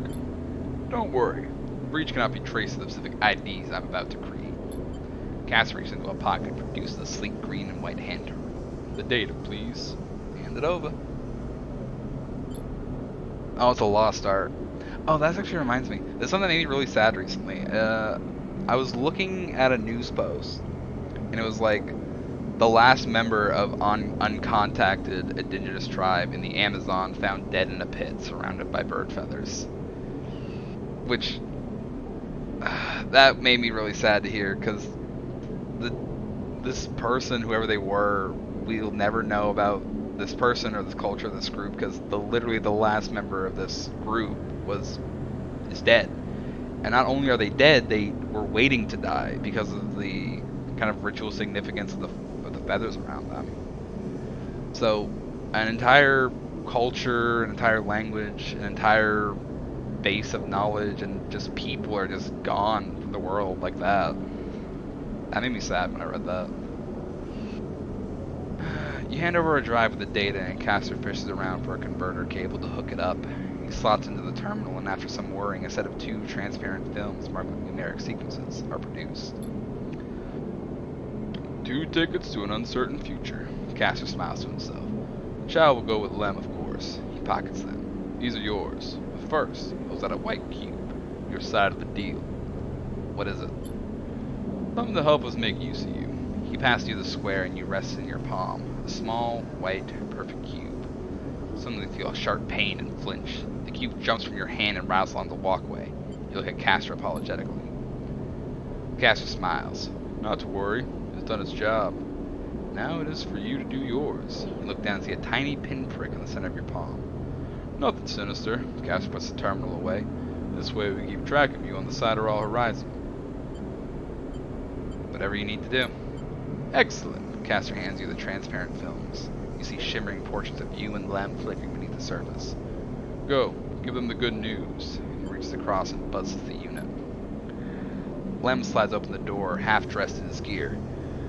Sleeper, what brings you up here? Come in. He beckons you inside. Look to the side, expecting to see Castor, but the wall is empty. The unit is cleaner, better organized than last time. Lem sits at the thin bar and gestures for you to sit. Meets with some of the local kids. Someone has started doing lessons down the way. She seems to like it. At the bar. What's up, Sleeper? I have some news. Out with it then. Lem laughs. Rethink things. I have Celis IDs for us. You have? Lem freezes. How? He blinks rapidly to wipe you from his vision. Does that mean? Yep. Lem stands up and paces around the unit. We have to pack. He starts laughing. Holy shit, we have to pack! He turns back to you smiling. How the hell did you swing this, Sleeper? A friend helped. Well, thank you, friend. You show him the ID films and he whistles at the portraits. Impressive stuff. He pats you on the shoulder. You should stay until Mina gets home. You can tell her together. Sure. The buzzer goes. That'll be her. Lem gets up and opens the door, and Mina, a bundle of energy and life, rushes into the room. Robot! She shouts. Lem picks her up. Mina, you won't believe what they brought us. You flash her the passes. She looks confused. We're going away after all, Meanie. He lifts her up above her head. On that big, beautiful ship. Mina screams and Lem laughs. He puts Mina down and she runs over to you and hugs your legs. I love you, Robot, she says quietly. It's only you here. I love you too. And a while later, when you leave, you don't even think to check for Castor by the door until it's too late. You stop and turn halfway down the walkway. There's nothing there. Even that little white cube is gone. So you keep walking, back through the low end, deep in thought, excited and scared all at once. The running game. No, I know the reason. The reason they were uncontacted is specifically because it would have been bad for them. Because contact has never gone well for indigenous groups. It's always been capture, testing, sickness given to sickness from like Europe brought over. So I'm fully aware it would never been a good thing to contact them. But the fact that everything about them is now gone. Everything about them that existed is gone. There's nothing left of them. Any knowledge they had, any cultural significance, like any culture specific to these people, we will never know, which we were never meant to know, but now nobody knows. Yeah, I don't know, stuff like that makes me sad. Like, talk of like, language death has always made me sad. You know, all those languages that just don't exist anymore. Because people made it so you couldn't learn. Or just, again, dead languages. Like, language death makes me sad. So, cultural death is another level. A lot of our modern medicine come from watching uncontacted tribes. A lot of modern... The thing is, there's a weird thing with medicine is people try to make synthetic versions of medicines because in their mind it's, you know, it's easier to manufacture that way. But it's not as good.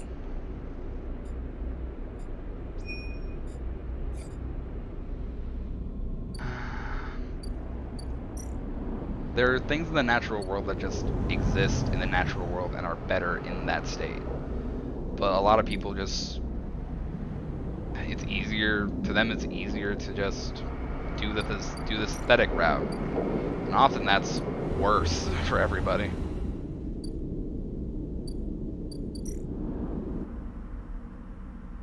Okay, so I just have to wait now.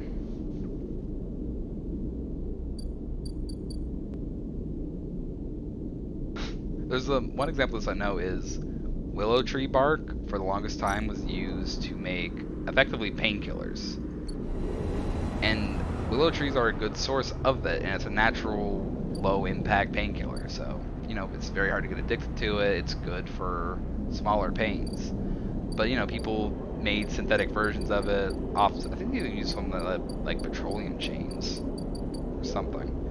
But anyways, it's much worse for you in terms of its addictivity, in terms of like how it's made in the first place. Yeah, and stuff like that. The human body was made to break down the natural things out in the world. Yeah, I suppose we do that, but like, there are some things that should just be left to how nature intended. There's some things that are just better if it's done the way nature intended rather than how humans twisted. Oh.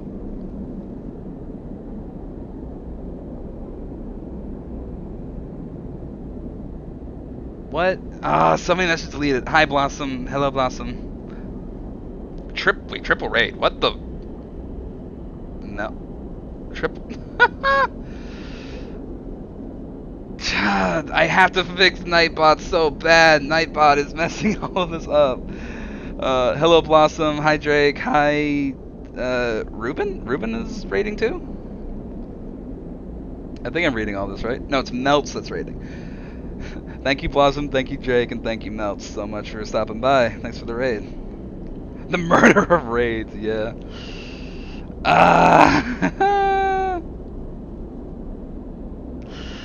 Oh my god. Well, hey. Oh, Wavy. Hey, Wavy. A lot of people just suddenly showed up. Oh, new follower, it sounds like. Mel, thank you for the follow.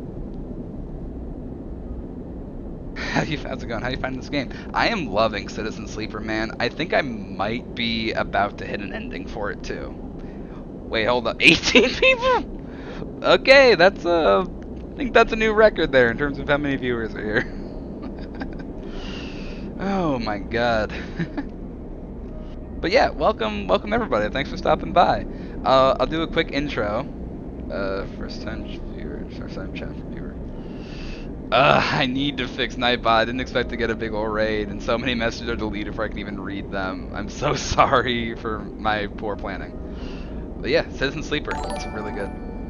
Ah, Quinny Winnie, thank you for the follow.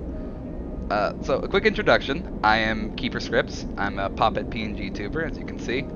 I do a lot of indie games, story-based games, are my types of thing. Yeah, so thank you everyone for tuning in and saying hi. We're currently playing Citizen Sleeper. It's kind of like this mostly text-based. Yeah, Nightbot likes to mess with everyone. I need to fix its settings and figure out why it keeps deleting so many messages. But yeah. Citizen Sleeper, it's a mostly text-based RPG, so I get to do some fun voices. So if you like voices, you're free to stick around and listen. And I think we're about to get to an ending, which normally if I was getting to an ending, I would say tune off if you have any interest in playing. But this game has a lot of different endings. So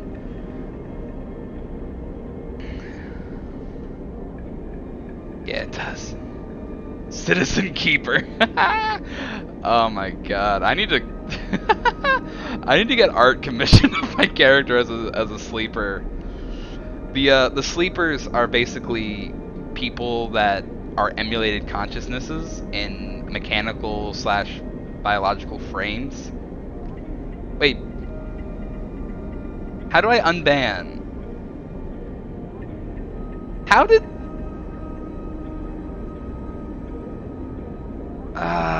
it's 600 seconds. How? Jeez. She's banned for 10 minutes. I need to fix Nightbot so bad. Can I like slash unban? Okay, I'm gonna slash unban to get Blossom back in here. I didn't even realize it banned them. Slash unban. That's so bad, man. Blossom comes in with a 9-person raid and then she gets banned.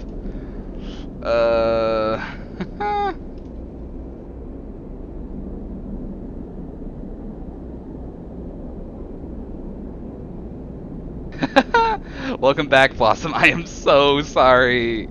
I've had so many problems with Nightbot. I set that up thinking it would make things easier, but it's just been trouble.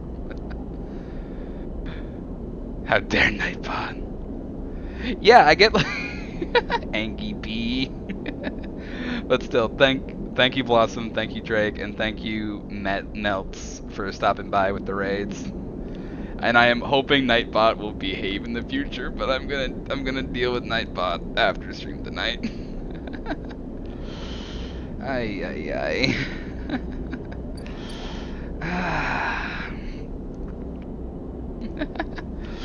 I think I have about 5 cycles left now to just kind of wait for a counter to tick over.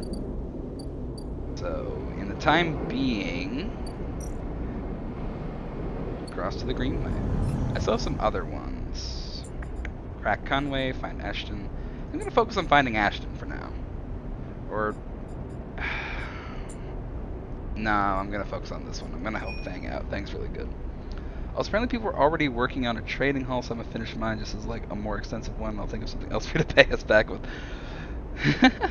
Lurk my work. I'll appreciate it for the world at Lurk, Wavy. Ooh, also, I have a Lurk command now if you want to see what it does. But yeah, Drake. Thank you again for Saphira, my little dragon wormling. I made a post on Twitter about that. But yeah, whatever you decide is a good payment, I will happily join you in your future endeavors.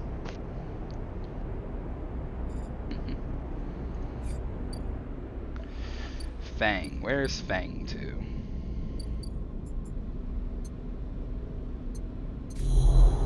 I'm going to Conway over here. Ripper worm.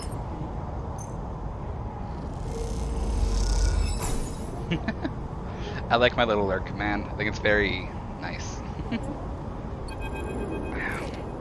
As you slot the worm, a thread jumps up out of the facility and unspools in front of you, releasing its data like ink and water. Sleepa, Fang's voice crackles through. Moving in. Nodes, then ports. Word of interference. Slot the worms. Timer starts now. Stay safe. Remind me, I gotta go set up alert command. Yeah, it's a little fun thing. I'm working on my about page and stuff, or I want to think of some other fun commands and stuff to add, but I'm not sure yet. The thread dissipates. You're on your own now.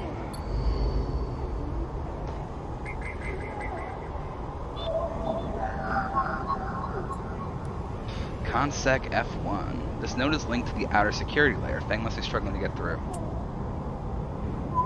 Let's bypass that one. Pull the data. F1 port located. The first layer of security, a ring of doors around the central facility. Time to open them up. Let's go.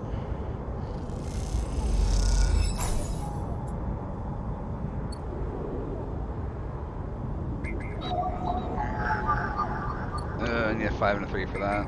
Consec 2. 4 or 2, that one works.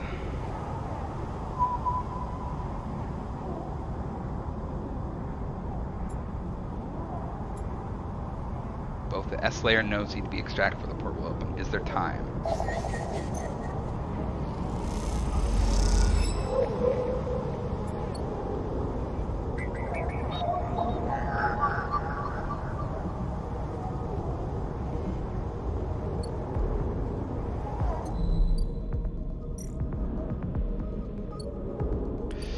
I don't have anything for... Don't have anything for this one, man. 5 or a 3, and I have a 4. Actually.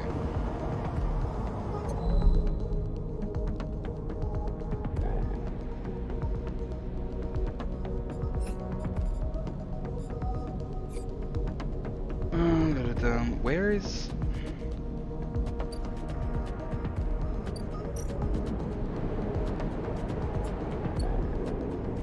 There it is, machinist. Where's... I have 2.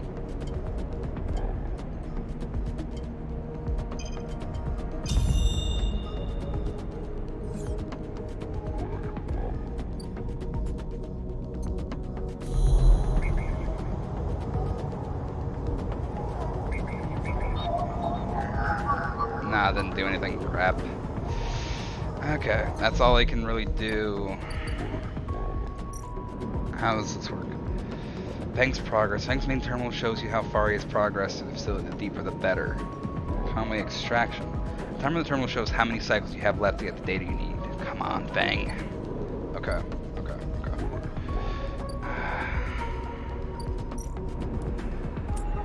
Well, no, while we're waiting, let's harvest some mushrooms. Aw, what a cute little emote. Thank you, Blossom. Matsutake and Giro. Okay, that's all I can really do here for now. So, pretty much what I'm doing here is I'm definitely going to be leaving on the colony ship. I'm just trying to help out my friend Fang here before I go. Because I literally have like 5 cycles around here. So I might as well do something productive, eh? Drake, Blossom, I'm assuming you guys were streaming together before. What were you guys doing? Same goes to you two. I keep forgetting your name because it's spelled strangely. What's it called? Melts. Melts, if you're still here, what were you? Were you all playing together, or what were you guys up to?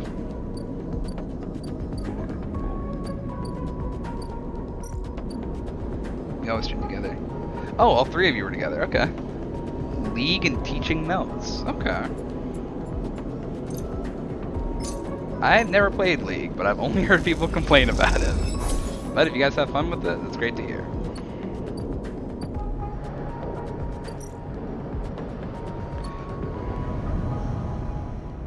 First ever official collab. Oh. Well, thank you very much for stopping by then tonight. Collabs are very fun. I've had a couple opportunities to do them.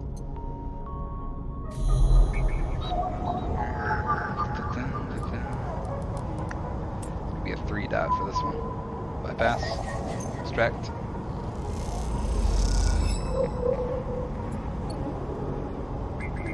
Concept port S.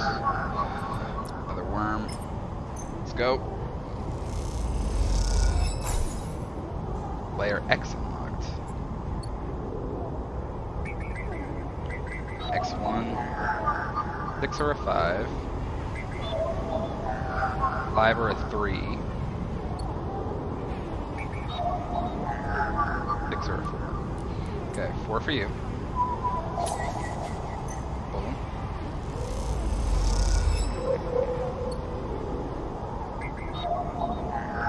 Six or a 5 for you.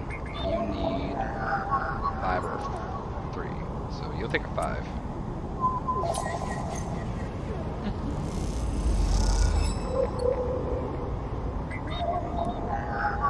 Take a 6.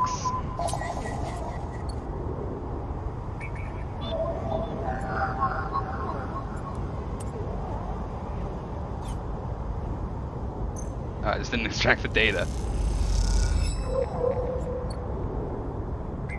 And the last one. The last worm. The final layer controls surveillance. This down Fang should be able to control the facility's cameras. Get you in there, Fang.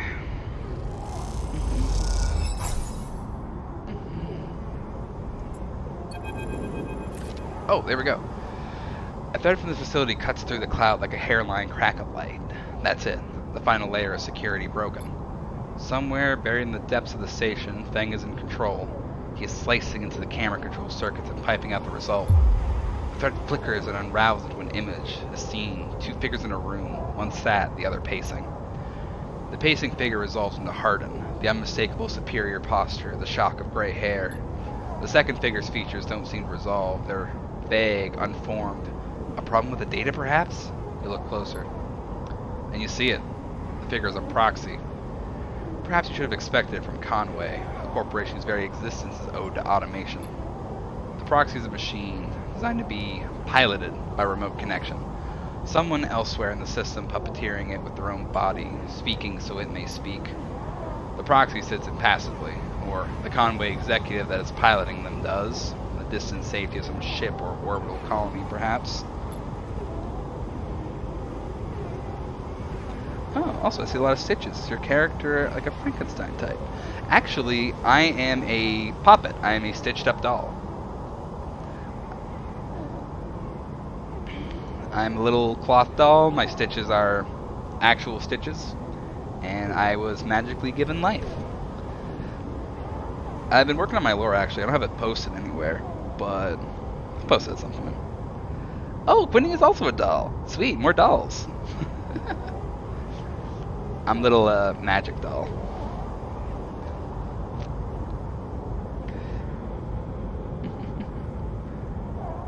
Yeah. From one doll to another, welcome to the chat, Quinny. We can move forward, there's no doubt, Hardin is saying. The reclamation teams are almost ready, and after that I will make the declaration. Nothing has to change. Ah, Nightbot! Stop! I feel so sad. The proxy leans forward, its movement stilted, uneven, as if its body was being refracted through water. But things must change, Hardin. We need further assurances. I've been informed in a breach in one of the closed networks in the low end. You have been careless. Hardin waves the accusation away. We have been stretched. A breach was detected, yes, but no data of value was lost. Our board is concerned, Hardin. A drop in our value will be unwelcome at this time. The proxy leans back, its posture dominant. If the reclamation of AE-1 is contested, then we could be drawn into a compromising legal position. Hardin approaches the proxy. There will be no contest. Not from Solheim, who could not muster a defense. Not from Havenage, who will fall into line below me. She timed out for 10 minutes again, by the way. Also for Wraith or Keep. I go by Keep. Yeah. I will fix Blossom again. It's very weird, like, Blossom is the only one who's actually been auto-banned. Keep it is, yep. / unban Las Arashi.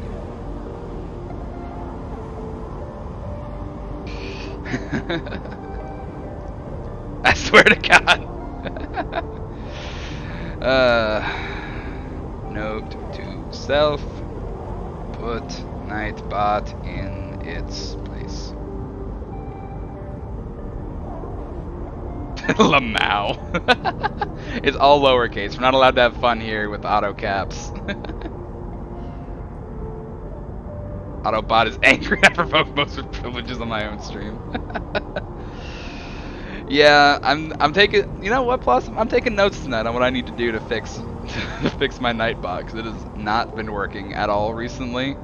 My friend Jake is in the chat here, and we've lost a lot of messages because Nightbot has just been throwing out the ban hammer. What a pretty bee.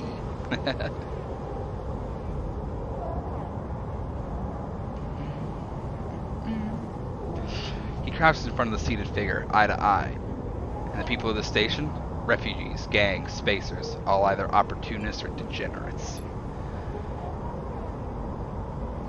Havenage is no longer strong, no longer united. No one here believes in Erland's vision, nor has the strength to enact it.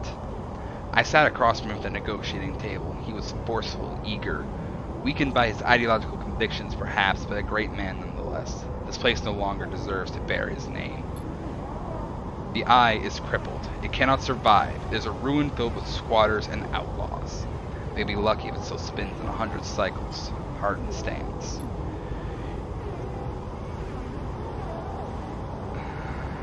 You will move forward with the reclamations because otherwise you will lose your advantage in the system. Without your advantage, you will lose claims on the remaining palladium. Without the palladium, your factories go dark. He pauses. Do I need to continue? One moment, comes the response from the proxy. Its head drops to its chest. Hardin steps back and paces once more, awaiting the discussion taking place elsewhere in the system. You watch Hardin as he paces, as he considers his future. What goes on within a mind like that? In the mind of a man who would burn all those around him for a path to some imagined golden end. The proxy lifts its head. We are happy to proceed. We will legally claim the station formerly known as Solheim AE1 as salvage within 6 cycles. Havenage is to assist with the transport of the illegal residents to Conway housing and labor facilities. The proxy judders to its feet. Conway will also claim 70% of the raw output of the reclamation process, after losses have been accounted for. Hardin nods. I accept. The proxy reaches out to shake his hand like a marionette, and then the recording loops. You watch it play out a second time, gripped by a horrified fascination. There is a bluntness to the conversation, to its blatant disregard for humans as anything other than objects. Things to be moved, to be used, to be fed into structures, crushed, and losses accounted for in the cells of tables, the margins of ledgers. You realize now that you are no different than anyone else on this station in the eyes of the people in that room, and those like them. Each body here can be recast as a piece of property, a tool, an expense, an acceptable loss. In one moment they can be named a citizen, celebrated, protected. In another, the very idea of citizenship can be used against them. That is what it means to live in proximity to a system like this. No longer. Not while the eye spins. You gather the recording, pack it into a polygon of purest light, then you drift down to the service dock like a falling leaf and find the relay. It only takes a second to place the polygon of data, that recording, into the relay system Feng prepared, and then you watch as it bursts out, a web of threads heading out into the black, to every network device on the Eye.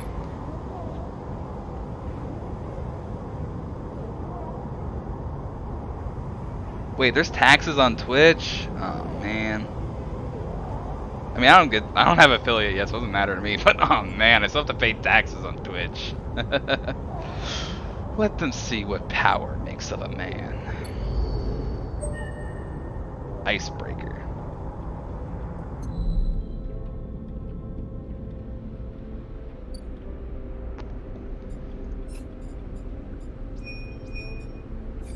Wait for Feng to return.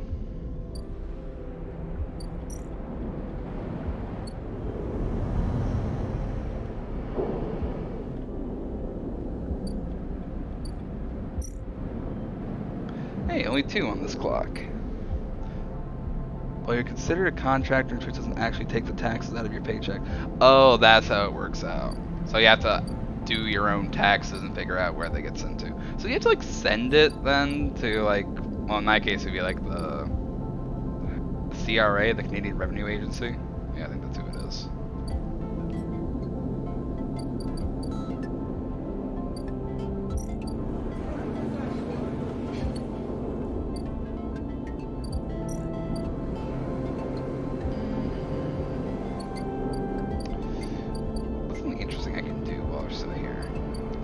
No, I'm gonna throw this down. I'm gonna steal. See if we get something interesting for a loot box. Hey, I got more scrap, actually. Which I'm going to use here, because I have enough scrap for it. We're gonna build a little house now. You have to pay your taxes so low. Alright, understood. You tuck the scrap into the shattered interior. It's hard to imagine this place as a home, but it can't be worse than a container. The half-built unit looks long forgotten. The project never made it. Oh.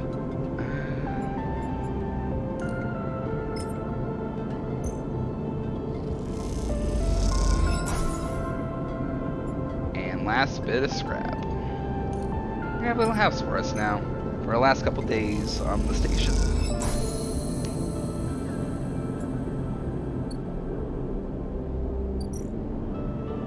Seal the unit. With all the materials, the unit now needs sealing section by section to be usable. It's a laborious task, but the outcome is worth it. Okay. Well, we still got a couple days. Might as well just have a little DIY project. Even if we don't stay here, someone will.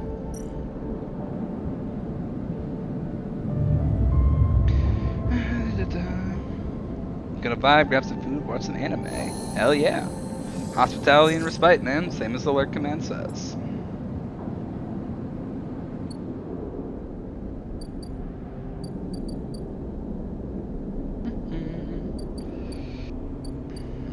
The derelict unit.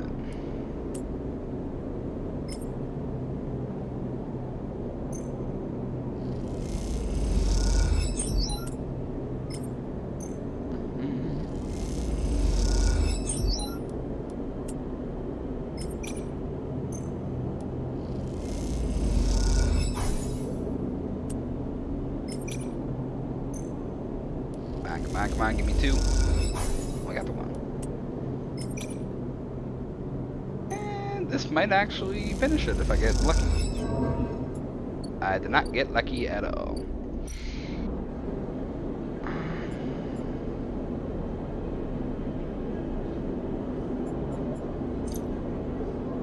Need some fungus. Alright, here we go. Good for another day.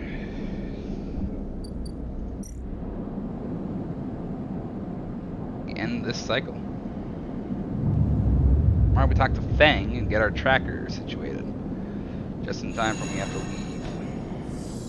I'm flickering.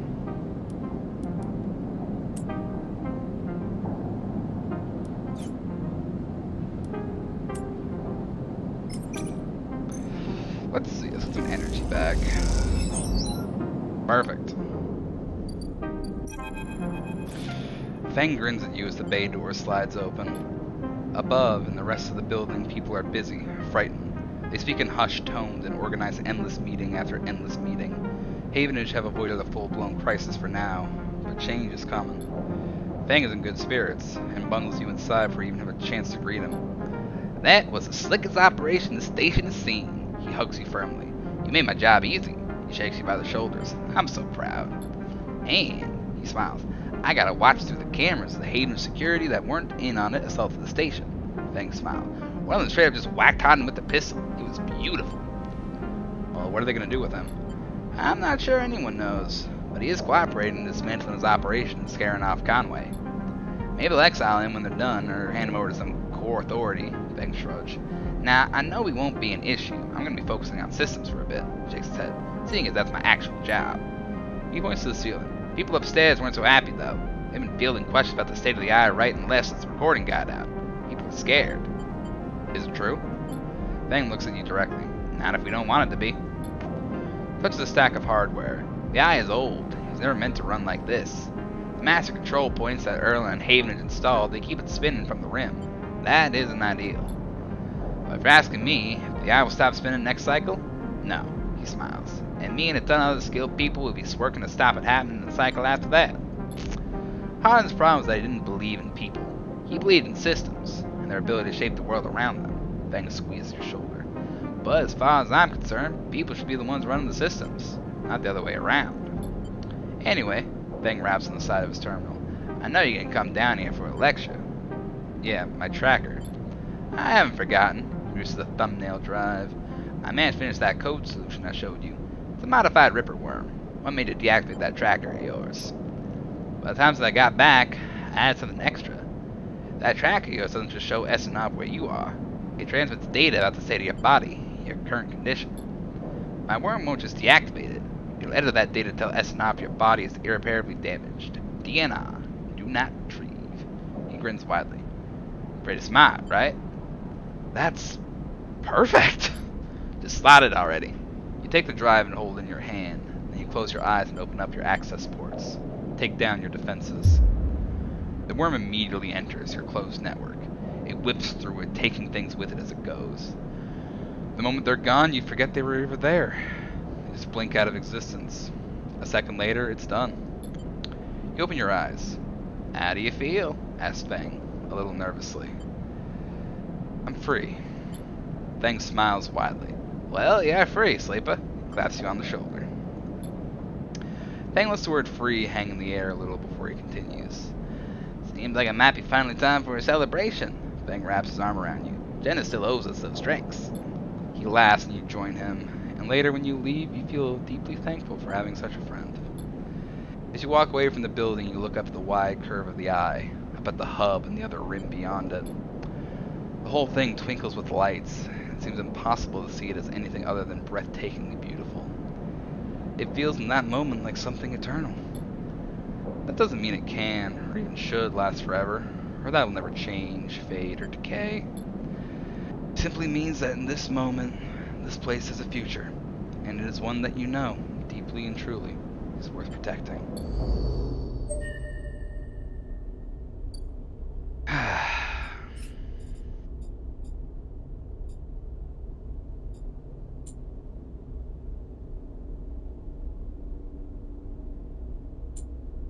You know, pretty good end to that little storyline. But we still got some time. Escape on the Cytorol. How many more cycles we got now?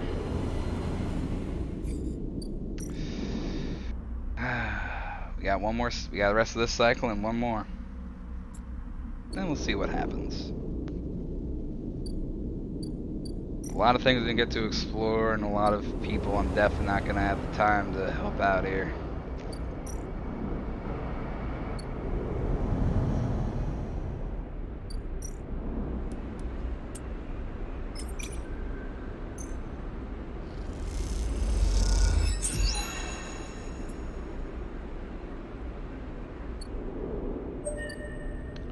Spore catcher. Grew a bunch of mushrooms.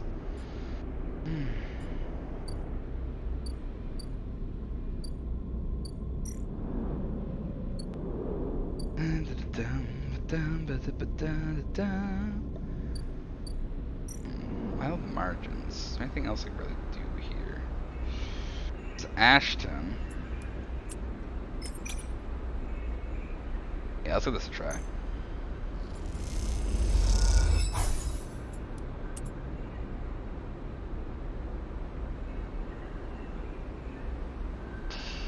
I think I'd rather risk the energy lost, now that I think about it.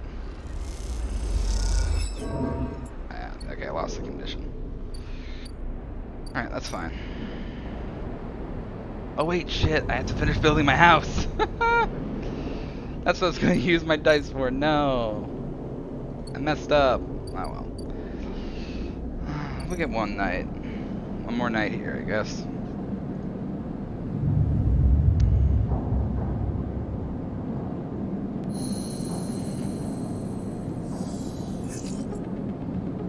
Oh my god, those ones are not very good.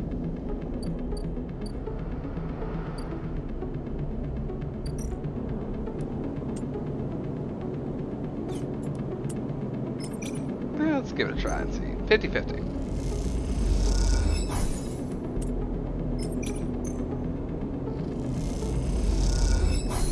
Hey, there we go.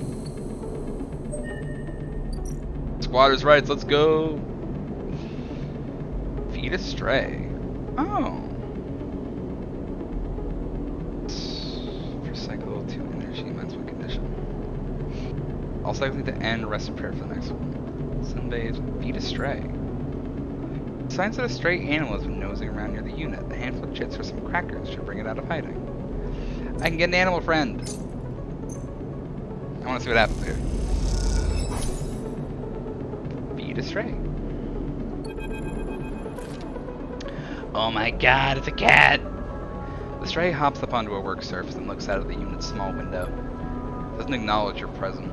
It just sits there beside the tray of crumpled crackers, staring out the low end. What is this cat story? Are there more in the station? You haven't seen another in the low end, but in this vast megastructure that means little. There could be a whole colony of cats like this one down in the warrens. You look at its sleek, dark fur and sharp eyes. It doesn't look ragged. It looks at home. In fact, its presence in the unit makes you wonder if this is the stray's apartment which you are squatting in. Let's just watch the cat for a little bit. While the stray is looking at the station, you feel its attention on you, waiting for you to spring your trap. You remain relaxed and watch as something flickers in its eyes, perhaps a reflection of a passing ship. The stray settles a little and starts eating, picking at the broken crackers. You don't remember ever having been this close to an animal. It triggers something in you, a recognition of a life totally unlike your own, but still somehow connected, parallel, even interwoven. The stray lifts thumbs from its fur. Do you like it here? The stray flicks their tail at the sound of your voice. It's hard to imagine the stray liking anything, or at least being vulnerable enough to admit to it.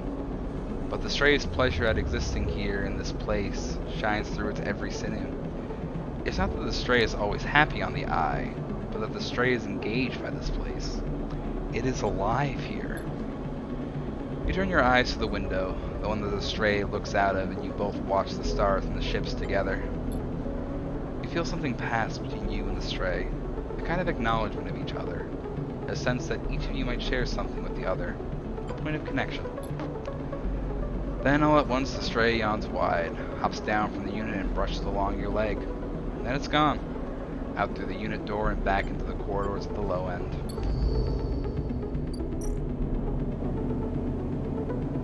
I can repeat that action.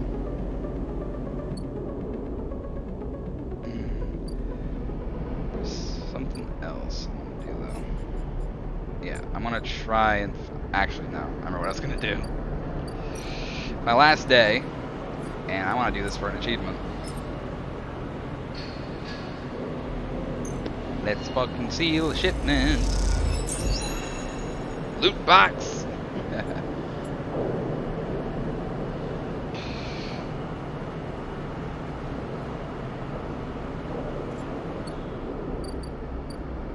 So I can never go back there again, but it's fine.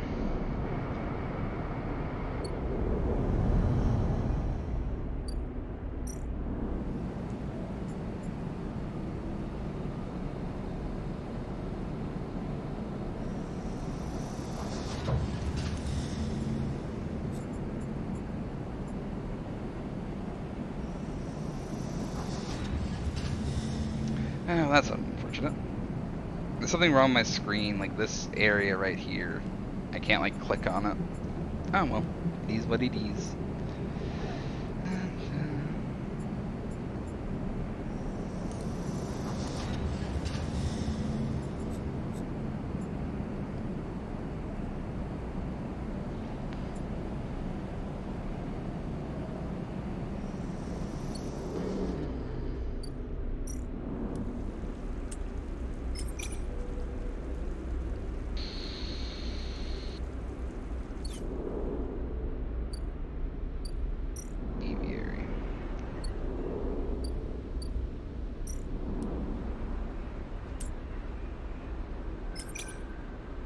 try this and just see if anything comes of it.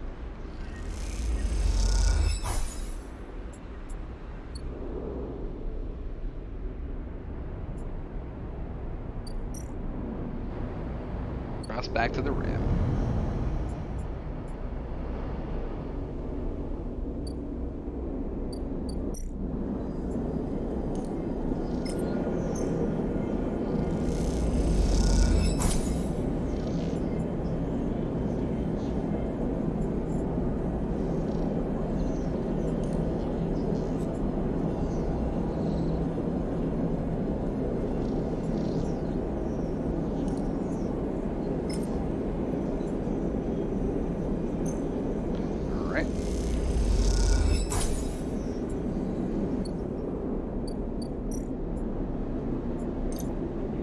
Get some more mushrooms just before we go.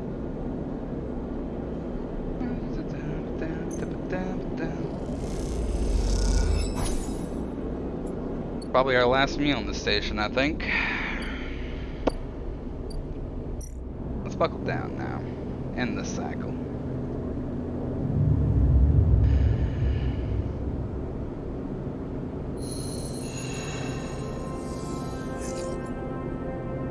Ugh, those are not good dice. I'll spend some on them just on getting...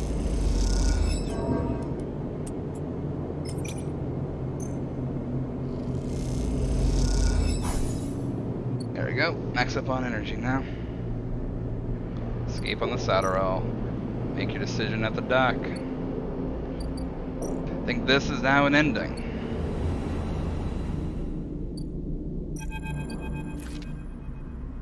Oh, that's so cool.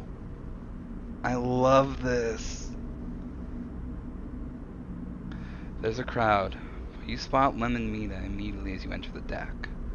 They're waiting at the cordon, where Stella's security are checking the crew in to board the ship. Those that manage to get up to the hub are crowded near the entrance. Even they know their chance of getting on board is long gone. Lem! Lem spots you among the crowd. Sleeper, we're here. You're standing beside a bag which looks to carry all the possessions they have. Small enough to be carried in one hand. Hi, Mina. Mina is vibrating with excitement. She seems strangely at home in microgravity. But then you remember that she has spent her whole life in space. Hi, robot. You hand over the Celis ID film to Lem, keeping your own. Turns it back and forth in the light. Where did your friend even get this picture, Sleeper? Looks like my old Conway ID.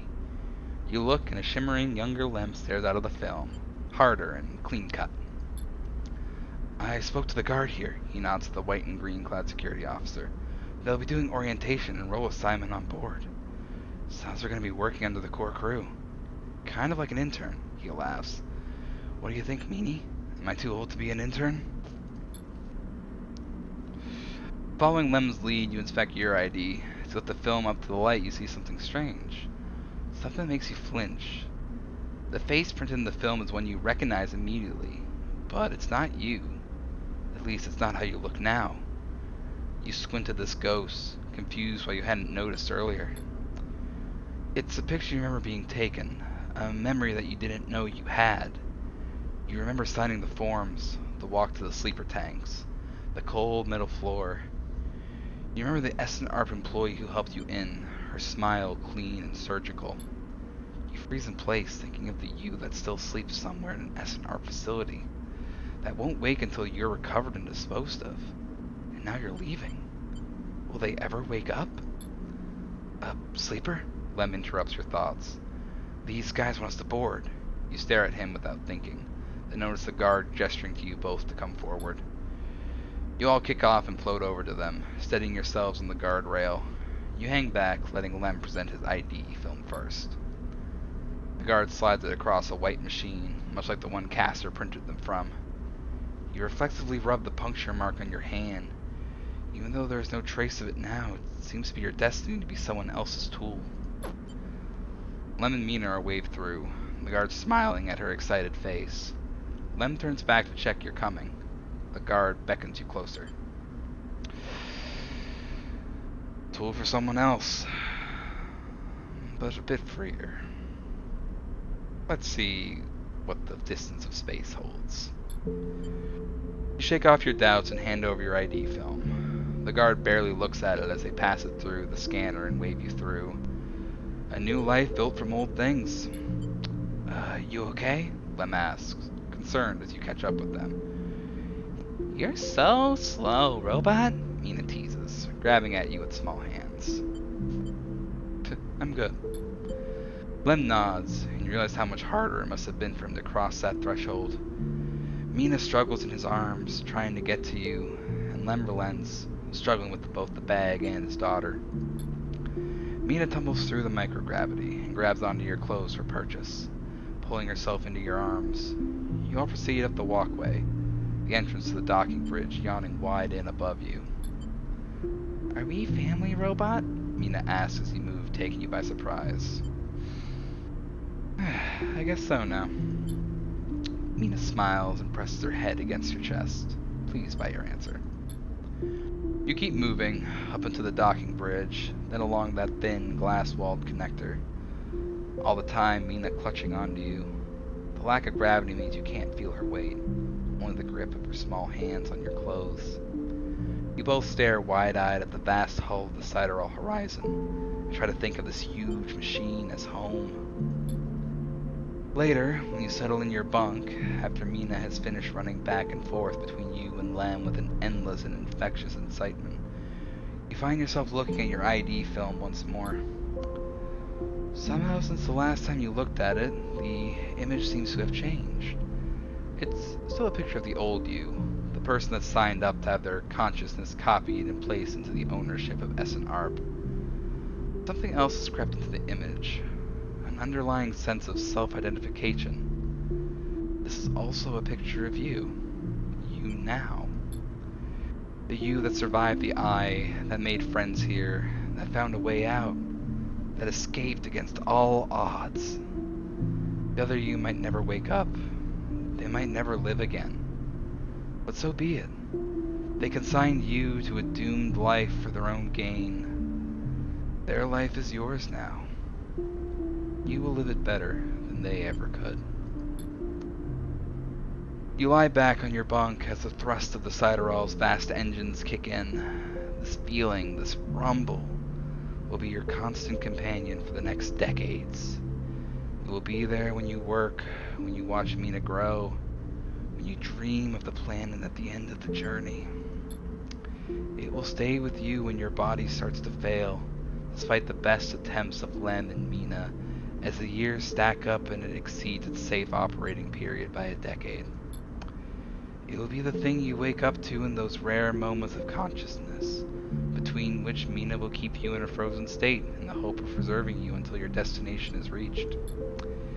It will still be there when Mina wakes you, tears in her eyes, to tell you of Lem's inevitable death, and it will not relent, despite your desire for a moment of silence. It will be the final thing you hear as Mina shuts down all but the most vital of all your function, and hopes beyond hope that you make it to your final destination, all the while doubting that you will. But for now, in this moment of departure, it is still a new sound, a new feeling. Because of this, it is filled with the promise of the future. And so you settle back on your bunk and close your eyes, and in moments you are sleeping a perfect, dreamless sleep, the most peaceful that you can ever remember.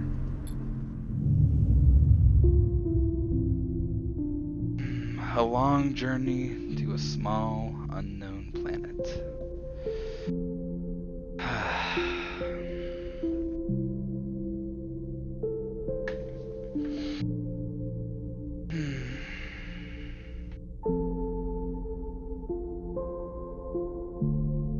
I'm just gonna sit here for a little bit, and I'm gonna just enjoy this little music at the end.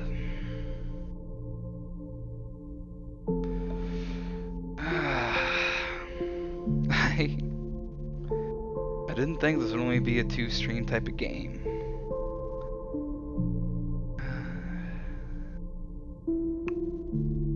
Thought there would be a little more. Suppose there is. But we got this ending.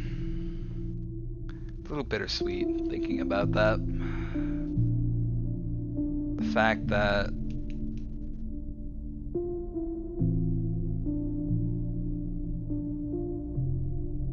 little bittersweet that I don't think we'll ever get to see that planet. The fact that we'll die or become non-functional in the case of a sleeper long before we're even in the same solar system as that little planet.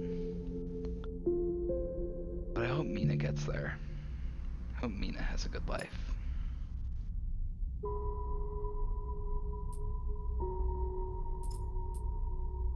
47 cycles. That's how long that took. I think a cycle is about a day. So a little over a month and a half. Of course, we had that done in 2 weeks, though. I'd like to thank everyone that came by and saw this ending. I had a lot of fun with this one. But there's more stories to find on the Eye. We touched on a couple, but we didn't have the time to fully delve into them. Sabina, the doctor, is still trapped by Yatagan, and we'll never know their fate. The sleeper won't.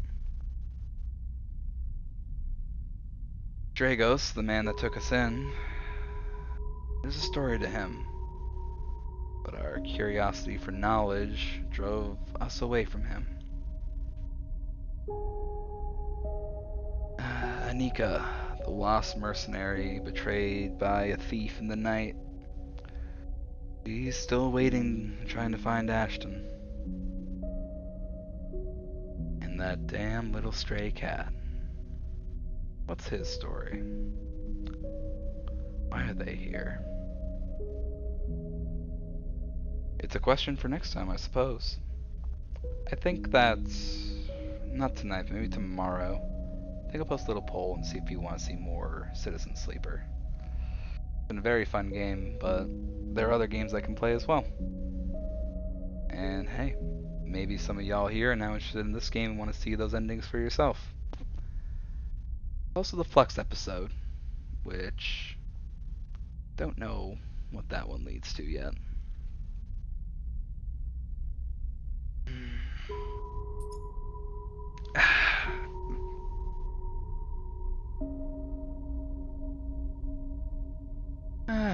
I suppose with that over, it's time to find somebody to raid for the night.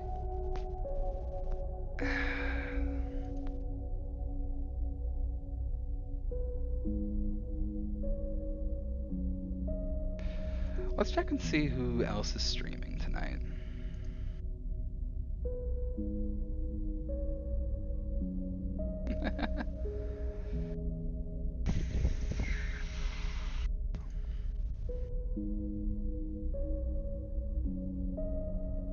Who else is online at the moment?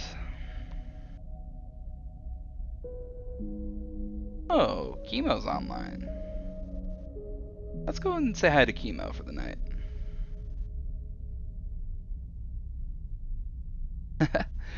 You too, Jake. You have a good night. I'm sure we'll be talking again later.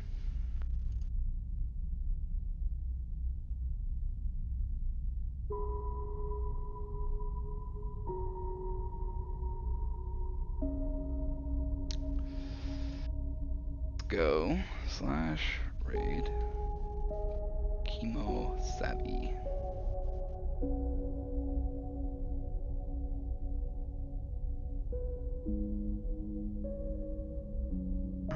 Let's go on a new adventure.